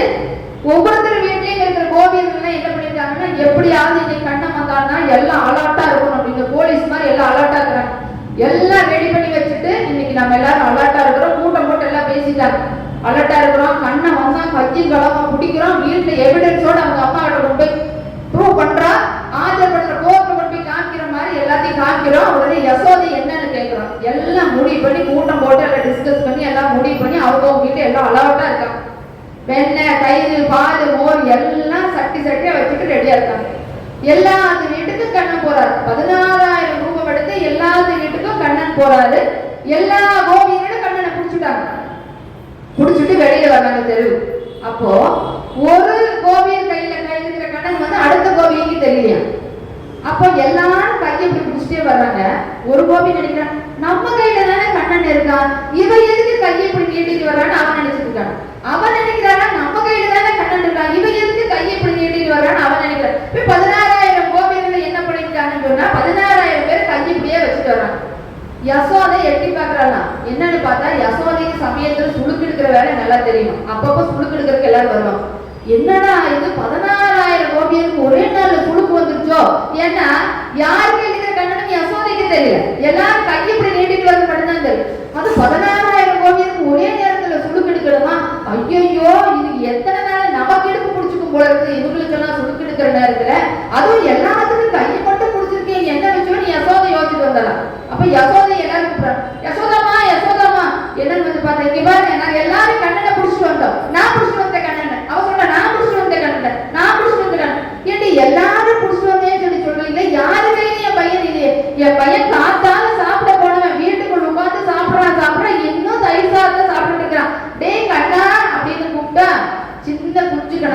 வெளியில. எப்படி இருக்கான், கையில எப்படி இருக்கான், ஃபுல்லா தயிர் சாப்பாடு, அதை 5 கையை வாய்க்குள்ள விட்டுட்டு அப்படியே சாப்பிட்டு இருக்கானா. இது வழியா அப்படியே தயிர் ஒழுகி இருக்கான். என்னம்மா அப்படின்னு சொல்லிட்டு கண்ணன் உள்ள இருந்து வெளியில வர்றாங்க. இப்போ ஒரே நிமிஷம் பார்த்தோம்னா எல்லா ஓவியர்களும் அதிர்ச்சியாக எப்படியே பாக்குறாங்களா, எல்லாரும் நம்ம கண்ணனை புடிச்சிட்டு வந்தாங்க, இந்த கண்ணன் எங்கிருந்து வந்தான்னு பாக்குறாங்களா. ஒரே ஒரு செகண்ட் அது 16,000 கோபிகளோட கையில இருக்கக்கூடிய கண்ணனும் தெரியுறான், யசோத கண்ணனும் தெரியுறான். தெரிஞ்சு ஒரே செகண்ட்ல 16,000 கோபிகள் கையில் இருக்கக்கூடிய கண்ணன் மறைஞ்சு போயிட்டான். இப்போ யசோதையினுடைய கண்ணன் மட்டும் தெரியுறான். எல்லாரும் பேசுறான், ஆஹா என்ன மாயம் பண்றான் பாத்தியா இவன், என்னென்ன ஜானம் பண்றான் பாத்தியா இவன் அப்படின்னு சொல்லிட்டு எல்லாம் பேசிட்டு கோபியர்கள் எல்லாம் வீட்டுக்கு போயிட்டாங்க. இது 3 தடவை இப்படி நடந்து முடிஞ்சுச்சா. 4வது தடவை ஒரு நாள் நிஜமாவே பகவான் மாட்டார். பல நாள் திருடன் ஒரு நாள் அகப்பட்டு தானே ஆகணும், அப்படி மாட்டார். யசோதைக்கு தாங்கவே முடியாத கோபம். ஏண்டா எவ்வளவு பொய் சொன்னேன், அத்தனை பேர் வந்து சொன்னாங்க, நான் நம்பவே இல்லை. நான் இங்கதாமா இருந்தேன் எத்தனை தடவை நீ என்கிட்ட சொன்ன, நானும் உண்மையானே நம்பினேன். ஆனா என்ன நம்ப வச்சு நீ இப்படி ஏமாத்திட்டே கண்ணா, பொருடா நான் பேசுகிறேன்னு யசோதை துரத்துற. அவரை பிடிக்க முடியுமா? இந்த தெருவு ஓடுறாரு, அந்த தெருவு ஓடுறாரு, அங்க ஓடுறாரு, இங்க ஓடுறாரு, ஆயர்பாடியே நடுநடுக்கு எங்க ஓடுறாருன்னே தெரிய மாட்டேங்குது. ஒரு தெருவுக்குள்ள போறதுக்குள்ள அடுத்த தெருவு ஓடுறாரு, இப்படியே ஓடுறாரு. யசோதம்மாக்கு வயசாயிடுச்சு இல்லையா. நமக்கே பாருங்க, நாம என்னதான் ஒரு 16 வயசு 17 வயசு பையன் கூட நம்ம ஓட சொன்னா ஓட முடியுமா? இல்ல. அந்த 16 வயசு பையனு ஒரு 7 வயசு 8 வயசு குழந்தை ஏதாவது தப்பு பண்ணிட்டு ஓடுச்சுன்னு வச்சுங்க, சும்மா ஓடுனாலே நம்மளால பிடிக்க முடியாது. தப்பு பண்ணிட்டு தலை தெரிவிக்க ஓடுச்சுன்னா அந்த குழந்தைய நம்மளால பிடிக்க முடியுமா? பிடிக்கவே முடியல. யசோதம்மானால ஒண்ணும் முடியல. நின்று மூச்சு வாங்க பார்த்து ஓடுறான். அங்க ஒரு 4 பேர் ஓடும் பொழுது பாக்குறாங்க, ஏன் புடிடி கண்ணன் வந்துட்டான், புடிடின்னா ஓடி போய் பிடிக்கிறவளாட்டு போய் பிடிச்சா. 4 பேர் சேர்த்து பிடிக்கிறாங்க. உடனே பகவான் காது கிட்ட சொல்றாரு, இப்போ நாளைக்கெல்லாம் கண்ணன் வந்து வாசிக்கு சொன்னேன்னு வச்சுக்கோ, நல்லா வாசியே காமிக்க மாட்டேன். என்னடா பண்றது, என்னை அப்படியே பிடிக்கிற மாதிரி பிடிச்சா, அதுதான் நைஸா விட்டு நான் ஓடிடுறேன். அவன் பிடிக்கிற மாதிரி பிடிக்கணும் விட்டுட்டா. என்ன சொல்றான், 4 பேர் இருக்கீங்க, ஒரு சின்ன குழந்தை பிடிக்கிறதுக்கு துப்பு இல்லை உங்களுக்கு எல்லாம். 4 பேர்த்த ஏமாத்திட்டு என் பையன் ஓடிட்டு இருக்கிறேன், எல்லாம் நின்று வேடிக்கை பார்த்துட்டு இருக்கிறீங்க. உன்னாலேயே பிடிக்க முடியல, பெத்ததுலையாலே பிடிக்க முடியல, நாங்கெல்லாம் என்ன பண்ணணும்னு அவங்க எல்லாம் போயிட்டாங்க. அப்புறம் இது யசோதை துரத்திட்டே ஓடுற. ஓடி போய் அங்க ததிபாண்டன் அப்படிங்கிற ஒரு குயவன் இருக்கார். அவருக்கு கண்ணன் மேல அலாதி பிரியம். அப்புறம் ஒரு நாளாவது கண்ணனை பார்க்கணும், ஒரு நாளாவது கண்ணனுடைய திருமுக தரிசனம் பெற வேண்டும், ஒரு நாளாவது அவருடைய திருவடி தரிசனம் பெறணும்னு அவ்வளவு நாளா காத்துக்கிட்டே இருக்க. ஒரு நாள் கூட தரிசனம் அவர் கிடைக்கவே. அவரோட வேலை என்னன்னா சட்டி செய்யறது, பானை செய்யறது, மடக்கு செய்யறது, விளக்கு செய்யறது, இதெல்லாம் தான் அவரோட வேலை. அப்ப அன்றாடம் பார்த்து ஏமாந்து போய் ஒரு நாள் சொன்னா, சரி நாம பகவானை பார்க்கணும் பிரியப்பட்டு என்ன பண்றது, பகவான் நம்மளை பார்க்கணும் பிரியப்பட்டாதானே பகவான் நம்மளுக்கு தரிசனம் கொடுப்பார். அதனால இந்த விண்ணப்பத்தை பகவான் கிட்டே ஒப்படைச்சிருவோம்னு சொல்லிட்டு, பகவானே நீ வந்து எனக்கு எப்போ தரிசனம் தர போறியோ அப்ப கொடு, ஆனா சீக்கிரமா வரணும்னு சொல்லி வேண்டுதலை வச்சுட்டு இவர் பாட்டுக்கு வேலையை பார்த்துட்டார். அன்னைக்கு பார்த்து கிருஷ்ணன் ஓடுறார். ஓடி போய் ததிபாண்டர் கிட்ட வீட்டுல போய் நிக்கிறார். இவன் வந்து சட்டி பானையை செஞ்சுட்டு இருக்கான். அவன் காதுல சலங்க ஒளி சத்தம் கேக்குது. அப்போ ஆனா என்ன நினைக்கிறானா, கண்ணன் வந்துட்டானா, ஒரு வேலை சலங்க சத்தத்தை பார்த்தா கண்ணன் வர மாதிரி தெரியுதேன்னு யோசிக்கிறானா. இப்படிதான் எத்தனை தடவை கண்ணன் வருவான்னு நாமளும் பார்த்துட்டு இருக்கிறோம். என்னைக்காச்சும் வந்திருக்கானா? வரவே இல்லை. இன்னைக்கும் அப்படிதான், நம்மளோட மனப்பிரமையா இருக்கும் அப்படின்னு நினைச்சு மறுபடியும் சட்டி பானை பண்ணிட்டே இருக்கான். இவர் ஓடி வந்து பாக்குறாரு, மெதுவா காலை பாக்குறான். ஆஹா கண்ணன் தான் வந்துட்டா போல இருக்கு. கண்ணா மாயவா கிருஷ்ணா கோவிந்தா மதுசூதனா அப்படின்னு சத்தப்படும். டேய் நானே எங்க அம்மாவுக்கு போய் ஓடி இருக்கிறேன், விரும்ப பேசுற. ஆஹா கிருஷ்ணா கோவிந்தா கண்ணா கோவிந்தா அவனுக்கு உணர்ச்சி பெருக்கினாலே என்ன பேச தெரியாம திருப்பி சொல்றான். இப்ப நானே எங்க அம்மாவோட அடிக்கு போய் ஓடி வந்திருக்கேன், நீ சத்தம் போட்டு ஊர் போட்டு எங்க அம்மா இங்கேயே கூப்பிட்டுருவா போல இருக்கே, அமைதியா பேசு கண்ணா. எத்தனை நாளா உன்னை தரிசனம் பார்க்கணும், உன்னோட தரிசனம் பார்க்கணும், உன்னோட திருவடி தரிசனம் பெற வேண்டும், எவ்வளவு நாளா நானே ஆவலா இருக்கு. இவ்வளவு நாள் கழிச்சு என்ன தேடி வந்திருக்கியே கண்ணா மதுசூதனான்னு சொல்லும். சரி எங்க அம்மா வந்துட்டு இருக்கா, இப்ப ஒளிஞ்சுக்கிறதுக்கு ஒரு இடத்த காட்டி எனக்கு. ஆஹா இந்த உலகத்துக்குள்ள எங்களை எல்லாம் கொண்டு வந்து வச்சுட்டு ஒளிஞ்சுக்கிறதுக்கு உண்டான இடத்த நீ வந்து கேட்கறிய கண்ணா, நான் என்ன பண்ணேன்? சரி நீ உன்னோட ராமாயணத்துல அப்புறம் பேசு, கொஞ்சம் வாய மூடியா, நீ முதல்ல ஒளிஞ்சுக்கிற ஒரு இடத்த காட்டியா எனக்கு அப்படின்னு. சரிட்டு போய் ஒரு சின்ன வீடு இருக்கு, அந்த வீட்டுக்குள்ள கொண்டு போய் காமிச்சான். இதுதான் நீ எனக்கு கொடுத்துருக்கிற வீடு சின்ன வீடு, இந்த வீட்டுல வேணா நீ ஒழிச்சுக்கோ. இப்படின்னு எட்டி பார்த்து வேற ஏதாவது அறை இருக்கா? இல்ல கண்ணா, இதுதான் நீ எனக்கு கொடுத்துருக்கிறது, இதுலதான் நான் இருக்கிறேன். சரி பரவாயில்ல, நான் என்ன பண்றேன், அங்க சட்டி எல்லாம் நிறைய இருக்கு, ஏதோ ஒரு சட்டிக்குள்ள தூக்கி என்ன உட்கார வச்சிரு, சரியான அளவு இருக்கிற சட்டியா பார்க்கலாமான்னு அவர் கூட்டிட்டு போயிட்டு ஒரு பானை இருக்கு. அந்த பானைக்குள்ள பார்த்தோம்னா கண்ணன் உட்கார்ந்தா சரியா இருக்குங்கிற மாதிரியான ஒரு அளவு இருக்குது அந்த பானையில். சரி என்னை தூக்கி இதுக்குள்ள உட்கார வச்சிரு. எங்க அம்மா போனதுக்கு அப்புறம் வந்து என்னை தூக்கி விடுறேன். அது எதுக்கு கண்ணா இவ்வளவு கஷ்டப்பட? நீங்க ராமா, எங்க அம்மா நம்ப மாட்டான். எங்க அம்மா என்ன பண்ணுவான்னு எனக்கு தான் தெரியும். என்னை இந்த பானைக்குள்ள உட்கார வச்சுட்டு எங்க அம்மா போனதுக்கு அப்புறம் இறக்கி விடு. சரின்னு சொல்லிட்டு அந்த பானைக்குள்ள எடுத்து உட்கார வச்சா கண்ணனுக்குன்னே அளவு செஞ்ச மாதிரி இருக்கு அந்த பானை, அவ்வளவு அழகா இருக்கு. அப்புறம் எல்லாம் கரெக்டா ஃபிட் ஆயிடுச்சு. அவரோட மயிர்பீலி மட்டும் இப்படி தூக்கிட்டு இருக்குது. உடனே என்ன சொல்றாரு கஜிபாண்டன், நீ எடுத்து கண்ணா இந்த மயிர்பீலி எடுத்து இடுப்புல சொல்லிக்கிறீ, அது மட்டும் மேல இருக்கு, அதெல்லாம் வேண்டாயா, நீ மேல இந்த கப்பை போட்டு மூடிடு, பானையோட மூடி போட்டு மூடிடு, எங்க அம்மா போனதுக்கு அப்புறம் என்ன தூக்கி விடு. சரி பானையோட மூடி போட்டு மேல போட்டு மூடியாச்சு. இப்போ வெளியில போய் உட்காந்து பழைய முடி சட்டி பானை பண்ணிட்டு இருக்காரு. அப்புறம் யசோதை வர்றான், மேல் மூச்சு கண்ணா கண்ணா, ஏ கதிபாண்டா, என் பையனை பாத்தியாடா? ஐயோ எங்க போனானே தெரியலையே, நானும் எவ்வளவு நேரமா காலையில இருந்து துரத்திட்டு இருக்கிறேனே, அவன் எங்க போனான் அப்படின்னு மேல் மூச்சு கீழ் மூச்சு வாங்க யசோதன் கேட்கிறேன். நான் எதுக்குமா அதையெல்லாம் பாக்குறேன், எனக்கு சட்டி செய்ய பானை செய்யறதே நேரம் பத்த மாட்டேங்குது, பையன் எங்க போனான்னு எனக்கு எப்படிமா தெரியும்? ஆடா இப்படியாதாண்டா காலையில இருந்து சுத்திட்டு இருக்கிற, நீ ஒன்னும் கவலைப்படாதமா, ஒருவேளை கண்ணன் வந்தானா நான் புடிச்சு கொண்டு வந்து உங்ககிட்டயே ஒப்படைக்கிறமா, நீ ஒன்னும் பயந்துக்காத, நீ தயவு செஞ்சு இப்ப கிளம்பி போவாங்க. டே நிஜமா கொடுத்துருவியாடா? நிஜமா உங்ககிட்டயே கொண்டு வந்து ஒப்படைக்கிறமா, உங்ககிட்டயே கொண்டு வந்து பையனை விட்டுருவே, நீ கிளம்பிப்போ. அப்படியா அப்படின்னு கொஞ்சம் தூரம் போறான். மறுபடியும் ஒரு சந்தேகத்துல திருப்பி வந்து அந்த வீட்டை திறந்து எட்டி உள்ளுக்குள்ள பாக்குறாங்க. உள்ளுக்குள்ள பார்த்தா சட்டி பானை தானே தெரியும், சட்டி பானை தான் தெரியும். ஓ சரி சரி, நிஜமா கொண்டு வந்து விட்டுருவீல கதிபாண்டா? நிஜமா கொண்டு விட்டுருவோமா, கண்ணை கிடைச்சான்னு வச்சுக்கிறேன், தர தர எடுத்துட்டு வந்து உங்ககிட்டயே ஒப்படைக்கிறேன், நீ ஒன்றும் கவலைப்படாம நீ போமா அப்படின்னு சொல்லி யசோதை போயிட்டான். அப்புறம் யசோதை போனதுக்கு அப்புறம் போயிட்டான்னு பகவான் மேல டொக்கு டொக்குன்னு இடிக்கிறாரு. ததிபாண்டை வந்து எடுத்து விடுவான். ததிபாண்டை எடுக்கவே பக்கத்துல வந்து ததிபாண்டா ததிபாண்டா என்ன தூக்கி விடுற, அவ்வளவு சீக்கிரம் உன்னை தூக்கி விட்டுருவேனா? எவ்வளவு நாள் உன்னுடைய தரிசனம் கிடைக்கணும்னு நான் காத்துட்டு இருந்தேன், இன்னைக்கு தானே என்கிட்ட வந்து மாட்டிருக்க, கண்டிப்பா வந்து நான் வெளியே தூக்கி விட மாட்டேன். இன்னைக்கு என்ன தெரியுமா நீ பண்ணணும், எனக்கு தேவையானதெல்லாம் நீ கொடுத்துட்டு தான் போகணும், உனக்கு என்னடா வேணும்னு சொல்லி கேட்கிறாரு. சொன்னானா, இப்போ மோட்சம் மோட்சம் ஒரு உலகம் இருக்காமே, அந்த உலகத்துல எனக்கு ஒரு இடம் வேணும். ஏன்னா அதுக்கெல்லாம் நிறைய படிக்கிறோமா, ஞானம் வேணுமா, கல்வி வேணுமாமா, உங்களுடைய அனுகிரகம் வேணுமாமா, இனி எத்தனையோ சொல்றாங்க. எனக்கு இந்த சட்டி பானை பண்றதை தவிர வேற எதுவுமே தெரியாது. இன்னைக்கு நீ என்கிட்ட வந்து வசமா மாட்டிடுறீ இல்லையா, இன்னைக்கு அந்த மோட்ச உலகத்துல எனக்கு ஒரு இடத்தை கொடு. அப்போ வள்ளலார் இதைத்தான் பாடுறாரு. என்ன பாடுறாரு பார்த்தா, அன்பெனும் பிடிக்குள் அகப்படும் மலையே, அன்பெனும் குடில் புகும் அரசு. அன்பெனும் பிடிக்குள் அகப்படும் மலை. இறைவன் எப்படி இருக்காரா? மலை மாதிரி இருப்பார், அவ்வளவு பெரிய மலை மாதிரி இருப்பார், இமயமலை மாதிரி இருக்கக்கூடிய இறைவனை அன்புங்கிற ஒரு பிடிக்குள்ள கொண்டு வந்து அடக்கினான். இப்ப நீங்க யோசிச்சு பாருங்க, பகவான் எத்தனையோ அரக்கர்களுக்கு மோட்சம் கொடுத்தார்.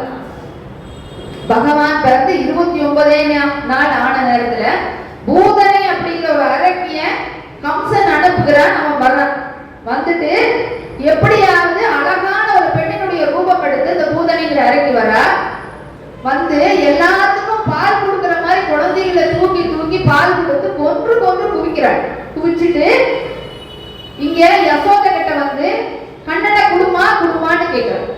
சரின்ட்டு கண்ணனை கொடுக்க மாட்டேன்னு யசோதை சொல்ற. ஏன்னு கேட்டா, நீ ஏன் சின்ன வயசு, நீ என்ன பண்ணிருக்க, ஒரு குழந்தை இப்பதான் உனக்கு பிறந்திருக்குன்னு நீ சொல்ற, அப்போ சின்ன குழந்தைய விட்டு போட்டு பால் குடிக்கக்கூடிய குழந்தைய விட்டு போட்டு நீ வந்துட்டு நான் என்னுடைய குழந்தைக்கு நீ பால் கொடுக்குறேன்னு சொல்றியே, உங்ககிட்ட பால் கொடுத்தா என் பிள்ளைக்கு எப்படி நல்ல புத்தி வரும், நான் கொடுக்க மாட்டேன்னு யசோதை சொல்றேன். ஆனா அந்த பூதனைங்கிற அரைக்கி அழகான ரூபத்துல தான் இருக்கா, வெடுக்குன்னு கண்ணனை புடுங்கி பால் கொடுக்கிற மாதிரி அவருடைய தனத்தை அவருடைய வாய்க்குள்ள வச்ச பொழுது பகவான் என்ன பண்றாரா, அவருடைய உயிர், ரத்தம், நாடி, நரம்பு எல்லாத்தையும் அப்படியே சுண்டி எடுத்துட்டாங்க.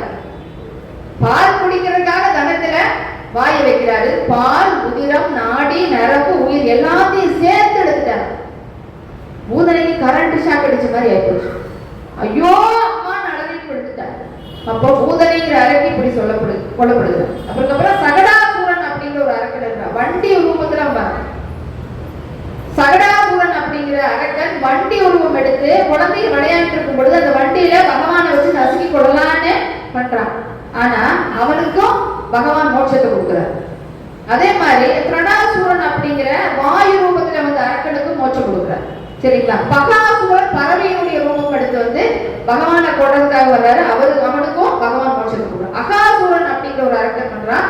அவன் வந்து பாம்பினுடைய ரூபம் எடுத்து வர்றான். அவனையும் பகவான் கொன்று மோட்சம் கொடுக்குறான். இவங்களுக்கு எல்லாத்துக்கும் மோட்சம் கிடைக்குது. ஏன் கிடைக்குதுன்னா பகவானுடைய கையினாலே அவர்கள் எல்லாம் வதைக்கப்பட்ட காரணத்தினாலே அவர்களுக்கெல்லாம் டைரக்டா மோட்சம் கிடைச்சிருச்சான். ஏன்னா எத்தனையோ கொடுமைகள் தவறுகள் செஞ்சிருந்தா கூட பகவானுடைய திருவடிப்பட்ட காரணத்தினால அவங்க நேரடியா மோட்சத்துக்கு போயிட்டாங்க. அப்ப இப்ப பாருங்க, இப்படி அரக்கர்கள் எல்லாம் கொன்ற பகவானால ஒரு சின்ன பானையை உடிச்சு வெளியில வர முடியாதா? வெளியில வர முடியாதா? ஆனா பகவான் வெளியில வரல. ஏன்னு கேட்டா அதுதான் வள்ளலார் சொல்றார், அன்பெனும் பிடிக்குள் அகப்படும் மலையே, அன்பெனும் குடில் புகும் அரசே. அப்போ அன்பு அப்படிங்கிறது ஒரு சின்ன குடிசையா இருந்துச்சுன்னா அன்பெனும் குடில் புகும் அரசே. அவர் மிகப்பெரிய அரசராக இருந்தாலும் கூட, இறைவன் உலகத்துக்கெல்லாம் அரசராக இருந்தாலும் கூட அன்புங்கிற ஒரு சின்ன குடிசைக்குள்ள அவர் வந்துடுவார். அன்பெனும் குடில் புகும் அரசே, அன்பெனும் வளைக்கு உட்படும் பரம்பொருளை. பரம்பொருள் எங்க இருக்குது? இந்த உலகமெல்லாம் வியாபித்திருக்கக்கூடிய பரம்பொருள் அன்புங்கிற ஒரு சின்ன வலைக்குள்ள வந்துடுவாங்க. நம்மளால யோசிச்சு பாருங்க, வீட்டுல கொசுவுக்கு கூட ஒரு வலை கட்ட முடியுது இல்லைங்களா? கொசுவுக்கு வலைன்னு சொல்லி ஒரு வலையை கட்டுறோம். ஆனா அந்த கொசுவை சரியா நம்மளால பிடிக்க முடியுதா? பிடிக்க முடியுது இல்லையா? இப்ப அன்பெனும் பிடிக்குள் அகப்படும் மலையே, அன்பெனும் குடில் புகும் அரசே, அன்பெனும் வலைக்கு உட்படும் பரம்பொருளே, அன்பெனும் கருத்து அமர் அமுதே. நம்ம அன்பு அப்படிங்கிற கருத்துக்குள்ள வந்து அந்த அமுது அப்படிங்கிற இறைவன் வந்து உட்கார்ந்துருவார். அன்பெனும் அணுவுக்குள் நிறைந்த பேரொழியே, அன்புருவா பரமசிவமேன்னு சொன்னார். அப்ப அன்பும், அதைதான் திருமூலர் என்ன சொன்னார்? அன்பும் சிவமும் இரண்டென்பர் அறிவிலார், அன்பே சிவமாவது ஆறும் அறிகிலார், அன்பே சிவமாவது ஆறும் அறிந்தபின் அன்பே சிவமாய் அமர்ந்திருந்தாரேன்னு சொன்னார் இல்லையா? சிவம் மட்டுமல்ல, பகவானுக்கும் அது பொருந்தும் இல்லையா? அப்ப அன்பு வேறு இறைவன் வேறுன்னு நம்ம நினைக்கவே கூடாது. அன்புதான் இறைவன், இறைவன் தான் அன்பு. நம் முன்பின் தெரியாத, முகம் தெரியாத அன்பர்களிடம் யாரோ ஒருத்தர்கிட்ட காட்டக்கூடிய அன்பு அப்படின்னு பார்த்தோம்னா அதுதான் இறைவனாக அங்கே வெளிப்படக்கூடிய ஒன்று. அப்போ பகவான் என்ன பண்ணிட்டாரு? இப்போ பாண்டகுல வந்து உட்கார்ந்துட்டு ததிபாண்டனுக்கு மோட்சத்தை கொடுக்கிறார். ததிபாண்டன் என்ன கேட்கிறான்? இவ்வளவு நாளா என்னை எவ்வளவு நாளா கஷ்டப்படுத்தினேன், ஒரு நாளாவது உன்னுடைய தரிசனம் கிடைக்காத நான் இவ்வளவு நாள் ஏங்கிட்டு இருந்திருப்பேன், இப்பதான் வந்து என்கிட்ட வசமாச்சுக்கிறேன், எனக்கு மோட்சத்தை கொடுத்துட்டு தான் நீ போகணும். பகவான் சொல்றாரு, உனக்கு மட்டுமா மோட்சம்? வேண்டாம் வேணாம், இந்த பானைக்கு நான் இருந்தேன் இல்லையா, இந்த பானைக்கு சேர்த்தே மோட்சத்தை கொடுக்குறேன்னு சொல்லிட்டு இந்த பானைக்கு மோட்சம் கொடுத்தாரு. அப்ப ததிபாண்டனுடைய அந்திம காலத்திலே மேலிருந்து ஒரு பெரிய விமானம் வந்துச்சா, ததிபாண்டன் அதுல ஏறிட்டானா, மோட்சத்துக்கு பகவான் கூட்டிட்டு வர சொன்னார். அப்புறம் இப்ப கூட்டிட்டு போக வந்த ஆட்கள் கேட்கிறாங்களா, இது மட்டும் இல்ல பகவான் இங்க ஒரு பானைக்கும் மோட்சம் கொடுத்துருக்கு, அந்த பானையை கூட்டிட்டு வர சொல்லி சொல்லி அனுப்பினாரே, அந்த பானை எங்க இருக்குன்னு கேட்டு இந்த பானையை நோக்கி வச்சுட்டு போனாங்களா மோட்சத்துல இடம் கொடுத்து. அப்படி பகவான் கிட்ட அன்பு வச்சோன்னு சொல்லி சொன்னா அந்த அன்புக்கு பகவான் அடிமையானவன். அந்த அன்புக்கு பகவான் என்ன வேணாலும் செய்வான்னு சொல்வதுதான் இந்த திருவிளையாட்டு. அப்ப என்ன ஆயிடுச்சு? ததிபாண்டனுடைய வேலை முடிஞ்சது. பகவான் என்ன பண்ணிட்டாரு? ததிபாண்டனுக்கு மோட்சத்தை கொடுத்துட்டாரு, வீட்டுக்கு வந்தாச்சு. இப்போ இப்படியே நாட்கள் போயிட்டு இருக்கு. ஒரு நாள் பார்த்தோம்னா மண்ணை தின்னுட்டான். கண்ணன் என்ன பண்ணிட்டான்? மண்ணு சாப்பிட்டான். அப்ப எல்லாரும் வந்து சொல்றாங்க, ஐயோ யசோதமா யசோதமா கண்ணை மண்ணை தின்னுட்டாமா மண்ணை தின்னுட்டாமான்னு எல்லாரும் வந்து சொல்றாங்க. உடனே யசோத போறா, போயிட்டு கண்ணன் கிட்ட போய், ஏண்டா நீ என்னவோ மண்ணு தின்னியா அப்படின்னா, இல்லம்மா நான் சாப்பிடவே இல்லம்மா, நான் சாப்பிடவே இல்லை. இல்லையே, எல்லாரும் வந்து சொன்னாங்களே நீ மண்ணு தின்னேன்னு சொல்லிட்டு, இல்லம்மா நான் சாப்பிடவே இல்லம்மா. அவங்க எல்லாம் சொன்னாங்கன்னா சாப்பிட்டாங்கன்னு சொல்லி சொன்னா நீ நம்புறீ இல்லையா, நான் சாப்பிடலன்னு சொல்லி சொல்றேன், அதையும் நீ நம்பு, நான் சாப்பிடவே இல்லை. அப்படியா? பலராமன் கூட சொன்னானே நீ மண்ணு திங்கிறேன்னு சொல்லிட்டு, பலராமனுக்கு இப்ப எல்லாம் போய் சொல்றாமா, நான் மண்ணு சாப்பிடவே இல்லம்மா அப்படிங்கிறான். அப்படியா? சரிட்டு எல்லாம் விளையாட போயாச்சு. மறுநாள் விளையாட்டுக்கு போது நைஸா ஃப்ரெண்ட்ஸ் எல்லாம் வந்து கூப்பிடுறாங்க, அம்மா வந்து பாருங்க கண்ணா மண்ணு சாப்பிட்டுருக்காங்க. இன்னும் யசோத போற போயிட்டு ஆகாட்டு கண்ணா வாய்க்கிறது ஆகாட்டு ஆகாட்டு அப்படின்னு சொல்லி, நம்மள குழந்தைங்க ஏதாவது ரெண்டாவது சாப்பிட்டுச்சுன்னா என்ன பண்ணுவோம், அம்மா அவங்கள ஆகாட்டு ஆகாட்டுன்னு கட்டும் இல்லையா, அந்த மாதிரி யசோதம்மா போய் ஆகாட்டு கண்ணா ஆகாட்டு, இல்லம்மா நான் சாப்பிடவே இல்லை, பரவாயில்ல நீ ஆகாட்டு அப்படின்னு சொன்னதையும் வாயை திறந்து கண்ணன் காட்டுகிறான். 14 லோகங்களும் அவனுடைய வாய்க்குள்ளே தெரிகிறது. அப்புறம் அந்த வாய்க்குள்ள பாத்தீங்கன்னா உத்தரப்பிரதேசம் தெரிகிறது, அதுல ஆயர்பாடி தெரியுது. அந்த ஆயர்பாடிக்குள்ள கோகுலத்து கண்ணனை யசோதை நின்றுட்டு இருக்காங்க, அதுக்குள்ள கண்ணன் வாயை திறக்கிறான், அந்த வாய்க்குள்ள உலகம் தெரியுது. இப்படி அடுத்தடுத்து உலகம் தெரிந்து கொண்டே இருக்கிறது. யசோதை பார்த்தது மயங்கி போயிட்டா. ஐயோ, நம்முடைய கண்ணனுக்கு என்ன ஆச்சு, இப்படி மாயங்கள் பண்ணியிருக்கிறானே இந்த கண்ணன் அப்படின்னு யோசிச்சு மயங்கி போயிட்டானா யசோதை.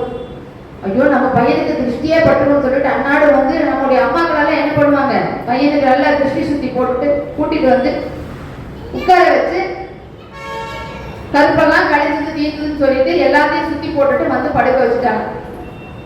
மறுநாள் காளிங்கன் அப்படிங்கிற ஒரு பாம்பு இருக்குது, நீங்க எல்லாம் கேள்விப்பட்டிருக்கீங்க இல்லைங்களா? காளிங்கன் நர்த்தனம் ஆடுவதற்காக பகவான் அங்க போறாரு. எல்லாம் என்ன பண்றாங்கன்னு பார்த்தீங்கன்னா எல்லாம் விளையாண்டுட்டே அந்த யமுனை நதி கிட்ட போறாங்க. அப்ப என்ன ஆகுது பாத்தீங்கன்னா, இந்த காளிங்கன்கிற பாம்பு அன்றாட என்ன பண்ணுதுன்னா விஷத்தை வந்து யமுனை நதிக்குள்ள கக்கி வச்சிருக்கு.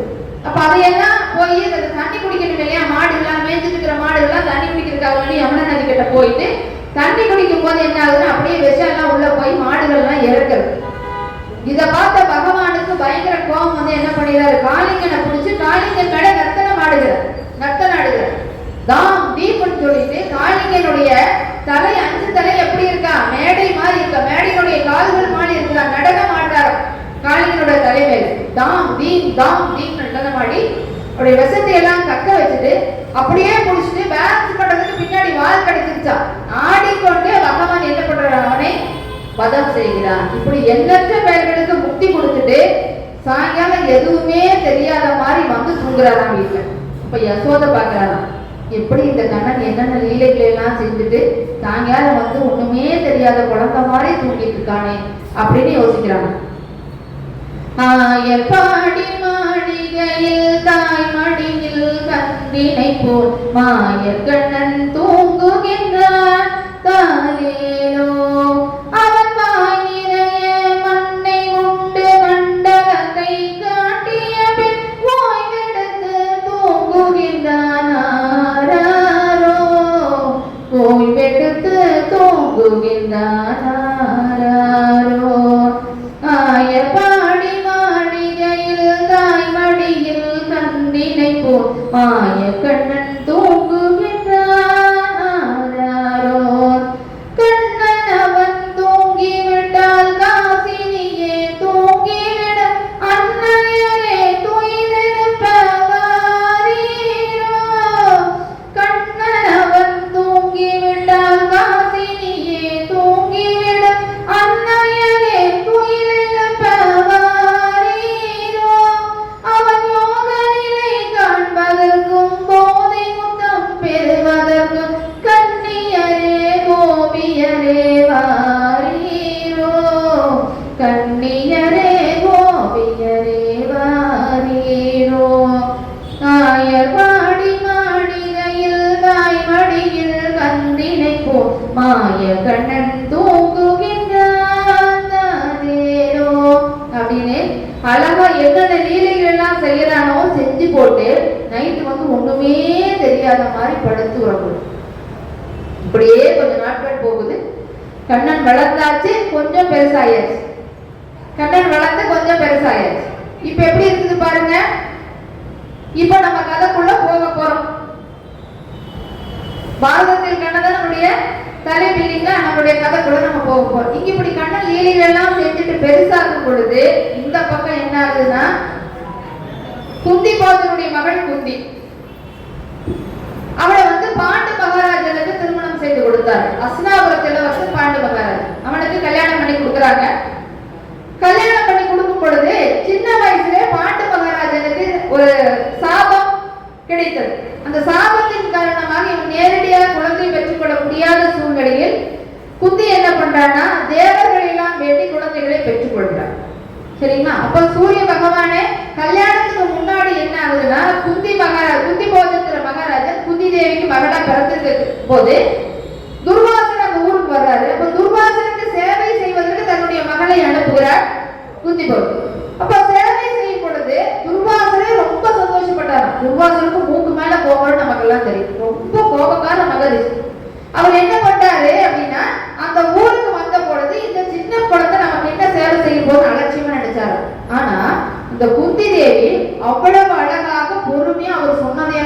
கேட்டு எல்லா சேவைகளும் செஞ்சிட்ட காரணத்தினால அவரு ரொம்ப மனசு சந்தோஷப்பட்டு, அம்மா உனக்கு ஒரு வரம் தரேன் அப்படின்னு சொல்லிட்டு அந்த குழந்தைய தூக்கி தன்னுடைய மடிமேல் கிடத்தி மந்திரத்தை காதுல சொன்னான். இந்த மந்திரத்தை நீ எப்ப சொன்னேன்னு சொல்லி சொன்னாலும், எந்த தேவரை பார்த்து சொன்னேனாலும் அவங்களுடைய அம்சமாக உனக்கு குழந்தை பிறக்கும்னு சொல்லி சொல்றாரு. ஏன் துர்வாச முனிவருக்கு அவருடைய வாழ்க்கையில பின்னால என்ன சோகம் வரப்போகுது தெரிஞ்ச காரணத்தினால துர்வாச முனிவர் அந்த மந்திரத்தை குந்திக்கு உபதேசம் செய்தார். இப்ப குந்தி அந்த மந்திரத்தை கேட்டார். அதுக்கப்புறம் பாத்தீங்கன்னா சின்ன குழந்தை 12 வயசு தான் ஆகுது. அப்ப அந்த குழந்தைக்கு அந்த மந்திரத்தோட வலிமையும் அந்த மந்திரம் எப்படி வேலை செய்யுதுன்னு ஒரு விஷயம் தெரியாதனால இவன் போய் என்ன பண்றான், மொட்டை மாடியில நின்று சூரிய பகவான் பார்த்தா தகதகன்னு அழகா பிரகாசத்தோட மந்திரத்தை பார்த்துட்டு குந்தி தேவி என்ன பண்றா, அந்த மந்திரத்தை உச்சாரணம் பண்ணிட்டான். பண்ணது என்ன பண்ணுச்சு, ஒரு குழந்தை பிறந்துச்சு. குந்திக்கு என்ன பண்ணது இல்ல, ஐயோ சின்ன குழந்தையா இருக்கா, கையை போடல காலு போடல, ஐயோ நம்ம அப்போ குழந்தையா இருக்கும்போது இன்னும் நம்ம பின்னாடி வாழ்க்கைக்கு இந்த குழந்தை பிறந்துச்சுன்னு சொல்லி தெரிஞ்சதுன்னா என்ன ஆகும் போது நம்ம இன்னும் கல்யாணம் கூட ஆகி நம்முடைய பேர் கெட்டு போயிடுமே, நம்முடைய ராஜா அவனுடைய அப்பாவுடைய பேர் கெட்டு போயிடுமே, என்ன பண்றது ஏது பண்ணது தெரியாம நடுக்கி போயிடுறா குந்தி. அப்போ இந்த குழந்தை என்ன பண்ணுன்னு யோசிச்சு தன் கூட இருக்க வேலைக்கு இருப்பாங்க இல்லையா, அந்த பெண்ணை கூப்பிட்டு என்ன பண்றாங்கன்னா ஒரு பேழை செய்து அந்த பேழையில அந்த குழந்தைய வச்சு, அவன் பிறக்கும் பொழுதே கவச குண்டலத்தோட பிறக்கிறான். இப்ப கவச குண்டலத்தோட மேல ஒரு துணியை சுத்தி வச்சு பேழையில வச்சு அனுப்பிட்டாங்க, ஆத்துல வச்சு அனுப்பியாச்சு. அதுக்கப்புறமா தான் குந்தி பௌத்தனுடைய மகளான குந்தி தேவி பாண்டு மகாராஜனை திருமணம் பண்ணிக்கிறான். பாண்டு மகாராஜனை திருமணம் பண்ணதுக்கு அப்புறமா இவனுக்கு கிடைச்ச சாபத்தின் காரணமாக நேரடியாக இவனால் குழந்தை பெற்றுக் கொள்ள முடியவில்லை.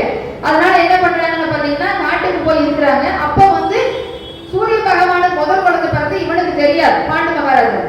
இப்ப இரண்டாவது என்ன நம்ம யோசிக்கிறான்னா, அதாவது இவருடைய கணக்குப்படி இரண்டாவது, மனனுடைய கணக்குப்படி முதல் குழந்தை யமதர்மனை வேண்டுகிறாள். அப்ப யமதர்மனுடைய ரூபமா சாயலாக தர்ம மகாராஜன் பிறக்கிறார். இரண்டாவது வாயு பகவானுடைய ரூபமாக பீமன் பிறக்கிறார். மூன்றாவது தேவேந்திரன் ரூபமாக அர்ஜுனன் பிறக்கிறார். அதுக்கப்புறம் நகுலன் சகாதேவர்கள் அஸ்வினி தேவருடைய ரூபமாக சாயலாக அவர்கள் பிறக்கிறார். 5 குழந்தைகள் பிறக்கிறார்.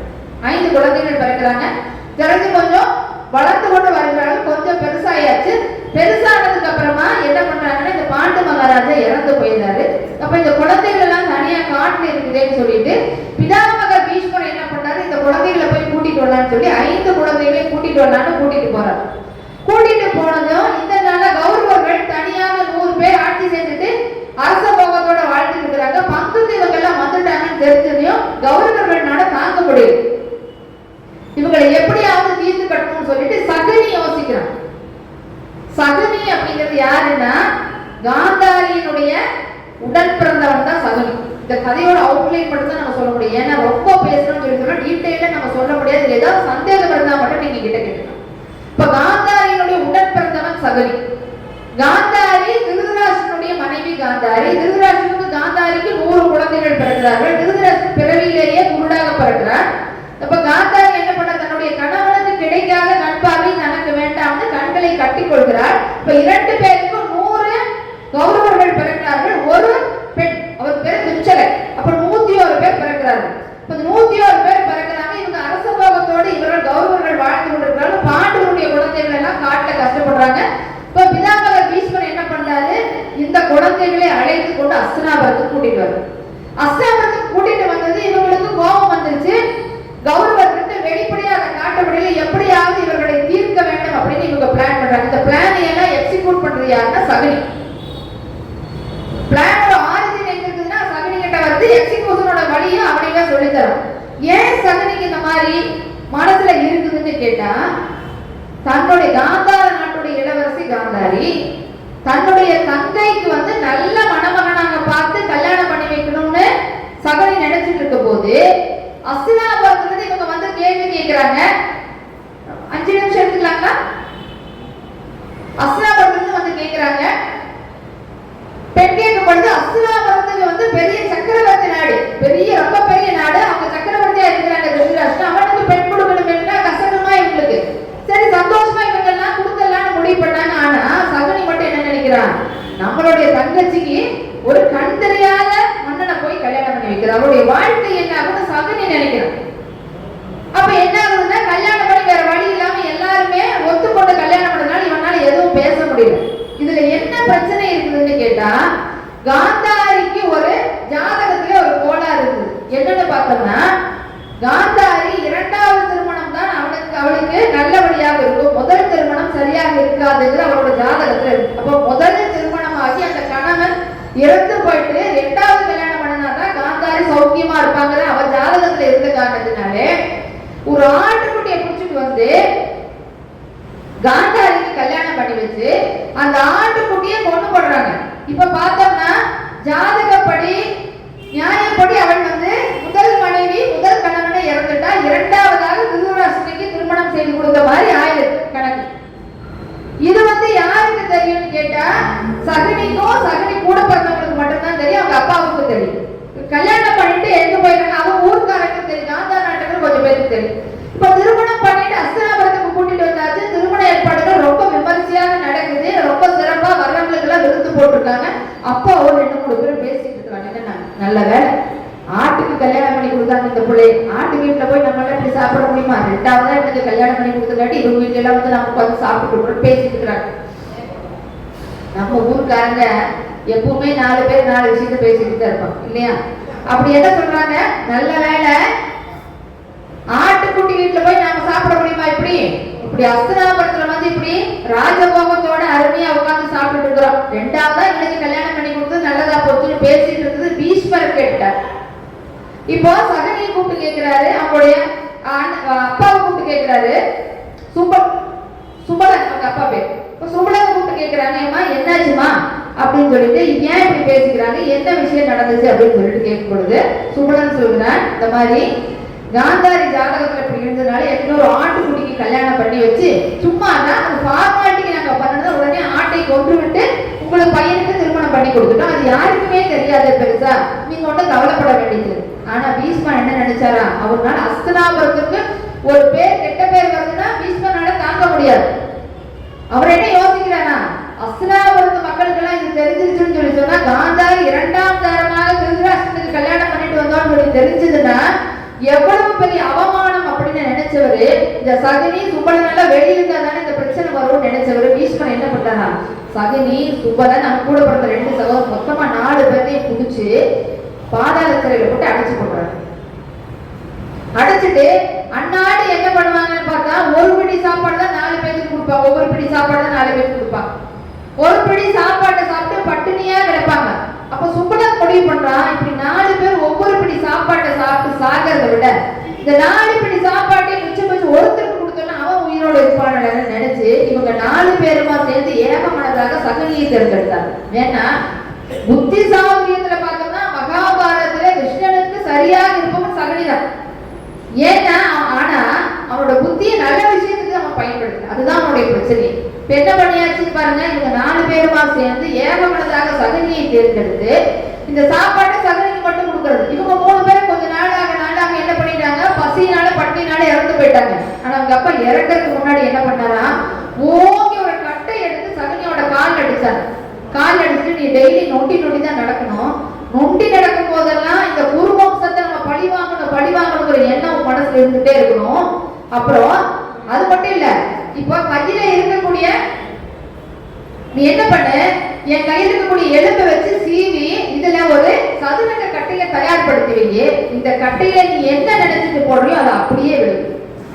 இதை வச்சு நீ குருவம் செஞ்சு அழிக்கணும்னு சொல்லிட்டு இவங்க அப்பா சொல்லிட்டு இவங்க கிட்ட சத்தியம் வாங்கிட்டு சுபலன் இறந்து போயிடறேன், என்னோட தம்பியோட 2 பேர் இறந்து போயிடறேன். இதை கண் முன்னாடி பார்த்துட்டு இருந்த சகுனி என்ன நினைக்கிறான், தன்னுடைய குடும்பம் அழிவதற்கு, தன்னுடைய தாய் தந்தையர் இறந்து போனது, தன்னுடைய சகோதரர்கள் இறந்து போனதுக்கு, தன்னுடைய சகோதரி கண்ணை மூடிட்டு வாழ்க்கை நடத்த அத்தனைக்கும் காரணம் ஒரு விதத்தில் இந்த பீஷ்மர் தான், இந்த குருவம்சம் தான். இப்ப இந்த குருவம்சத்தை பழிவாங்கணும். இப்ப நான் ஒருத்தர் மட்டும் தனியா இருந்து பழிவாங்க முடியாது, இதற்கு பலமான ஆட்கள் தேவை. அதனால இவங்க என்ன பண்றாங்க, சின்ன வயசுலயே கண்டுபிடிச்சுன்னா கௌரவர்களுக்கும் பாண்டவர்களுக்கும் ஆகாது. அப்ப இவங்க 2 பேருக்கு சண்டை மூட்டி விட்டோம்னா இவங்க 2 பேரும் அடிச்சு செத்துருவாங்க, நமக்கு வேலை மிச்சமாயிடும். நமக்கு வந்து அவ்வளவு படைபலமோ ஆள்பலமோ பொருளாதார பலமோ எந்த பலமும் நம்ம கிட்ட கிடையாது. நம்மளுடைய மனசுல இருக்கக்கூடிய ஒரே எண்ணம் என்ன, குருவம்சத்தை அழிக்கணும். அப்போ கௌரவர்கள் கிட்ட துரியோதனன் கிட்ட நாம கெட்ட விஷயத்த ஒரு விஷயத்த சொன்னோம்னு சொல்லி சொன்னா அவன் சரியா அதை கரெக்டா பண்ணுவான். ஒரு கெட்ட விஷயத்த சொன்னா அவன் கரெக்டா அதை பண்ணுவான். அப்படிங்கிற விஷயத்த சகுனி கண்டுபிடிச்சிட்டான். அப்ப சின்ன வயசுல இருந்த துர்போதனைகளை சொல்லி சொல்லி சொல்லி கௌரவர்கள் சகனி என்ன பண்றா, கௌரவரை தன் பக்கமாக வைத்துக் கொள்கிறான். அப்ப துரியோதன அவங்க மாமா என்ன சொன்னாலும் கேட்பான் அப்படிங்கிற நிலைமைக்கு சகுனி கொண்டு வந்துடுறான். அதனால இப்ப என்ன சொன்னாலும் கேட்பாத நிலைமைக்கு கொண்டு வந்துட்டு தேவையில்லாத கெட்ட விஷயங்களை பாண்டவர்களுக்கு எதிர்கால சொல்லி சொல்லி சொல்லி கொடுத்து இவருடைய பகையை அதிகப்படுத்தி கொண்டே இருக்கிறார். இப்ப ரெண்டு பேருக்கும் பயங்கரமான பகை வந்துச்சு. இப்ப என்ன ஆகுது பாருங்க, பகை வந்துச்சு. இப்ப என்ன ஆகுது, நாட்டை நிர்மாணம் பண்ணணும், இவங்க வந்து பாதி சாம்ராஜ்யத்தை கொடுக்கணும்னு கேட்கிறாங்க. வேற வழி இல்ல, முடிஞ்சுதான் ஆகுங்கிற சூழ்நிலை வரும் பொழுது இவங்க அப்பா திருதராஷ்டிரன் என்ன பண்றாரு, காண்டவ பிரஸ்தம் அப்படிங்கிற ஒரு காடு, பெரிய காடு இருக்கு. அந்த காட்டை நிர்மாணம் பண்ணி அந்த காட்டில் இருக்கிற உயிரினங்கள் எடுத்து அதை சரி பண்ணி, அதாவது நம்ம எல்லாம் சொல்றோம் பதப்படுத்தி ஒரு நல்ல நிலைமை கொண்டு வந்து மக்கள் வாழ்வதற்கு ஏற்ற இடமாக கொண்டு வந்திருக்கு. என்ன பண்ற, அந்த இடத்துல போய் நீங்க இருங்கன்னு சொன்னதையும் அதற்கும் அவங்க ஒன்றும் வருத்தப்படாம உடனே அங்க என்ன பண்ணிக்கிறாங்க, காண்டவ பிரஸ்தங்கிற காட்டை அடிச்சு மிகப்பெரிய நகரை உருவாக்கி இந்திரபிரஸ்தம் என்று பெயரிட்டு அங்க ராஜ்யாபிஷேகம் செய்வதற்காக எல்லாரும் புறப்பட்டு போகிறார்கள். இவங்க எல்லாத்துக்கும் அழைப்பு கொடுக்கிறாங்க, ஒருவருக்கு அழைப்பு கொடுக்கிறாங்க. இப்ப இருக்கக்கூடிய எல்லா உறவின் முறைகளுக்கும் அழைப்பு கொடுக்கிறார்கள் பாண்டவர்கள். இப்ப எல்லாருமா சேர்ந்து சந்தோஷமா அங்க இந்திரபிரஸ்தத்துக்கு, அதாவது பெரியவங்களை இந்திரபிரஸ்தத்துக்கு முடிசூட்டுவதற்காக போகிறார். இப்போ தர்மன் ராஜ்யாபிஷேகம் செய்ய போறான்.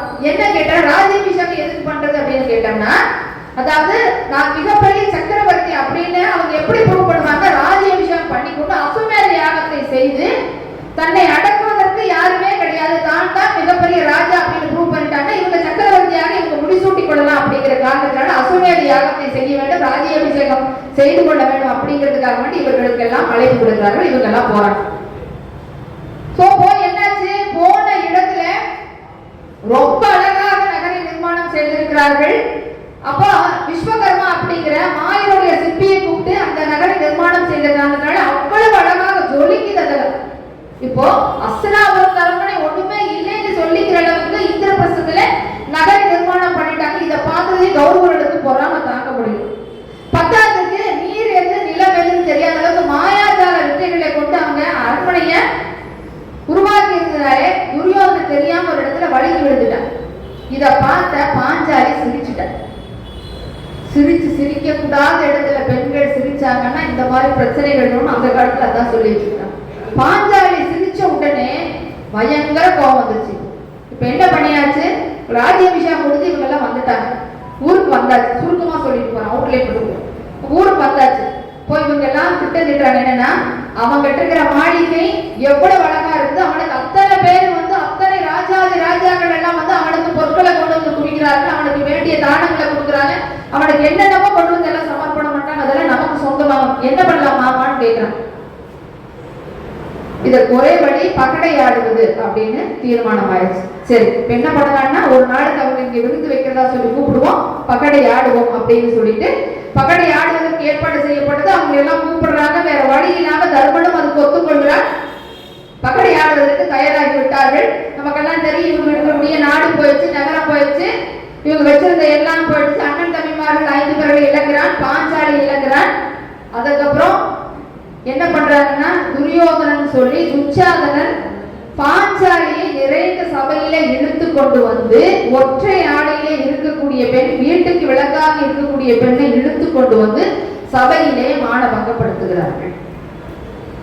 மானபங்கப்படுத்தும் பொழுது ஆடைக்காக அழகுகிறாள். அப்போ பகவான் மேல இருந்து ஆடை கொடுக்கிறார். ஆடை கொடுத்ததும் இப்ப சபதம் பண்றார், இத்தனை பேர் இருக்கும்போது என்னுடைய கணவன்மார்கள் 5 பேர் முன்னா இருந்து கூட எனக்கு இப்படி ஒரு அவமானமான நிலைமை ஏற்பட்டது இல்லையா, இதற்கு நிச்சயமா நான் பழி வாங்குவேன்.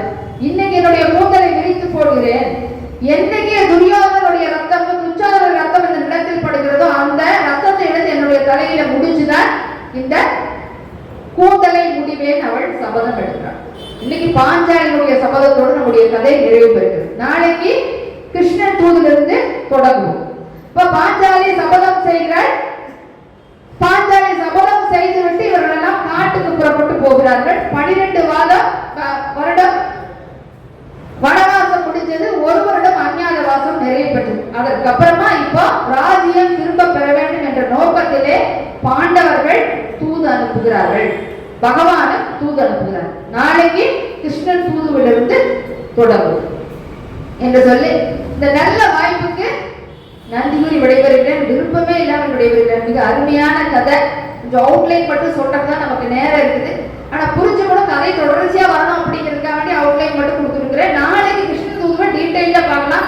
தயவு செய்து இன்னைக்கு வந்திருக்கிற பெருமக்கள் அத்தனை பேரும் தவறாமல் வந்து நாளைக்கு கலந்து கொண்டு இந்த அருமையான மகாபாரத கதையை இருந்து கேட்டு ரசிக்கும்படி கேட்டுக்கொள்கிறேன்.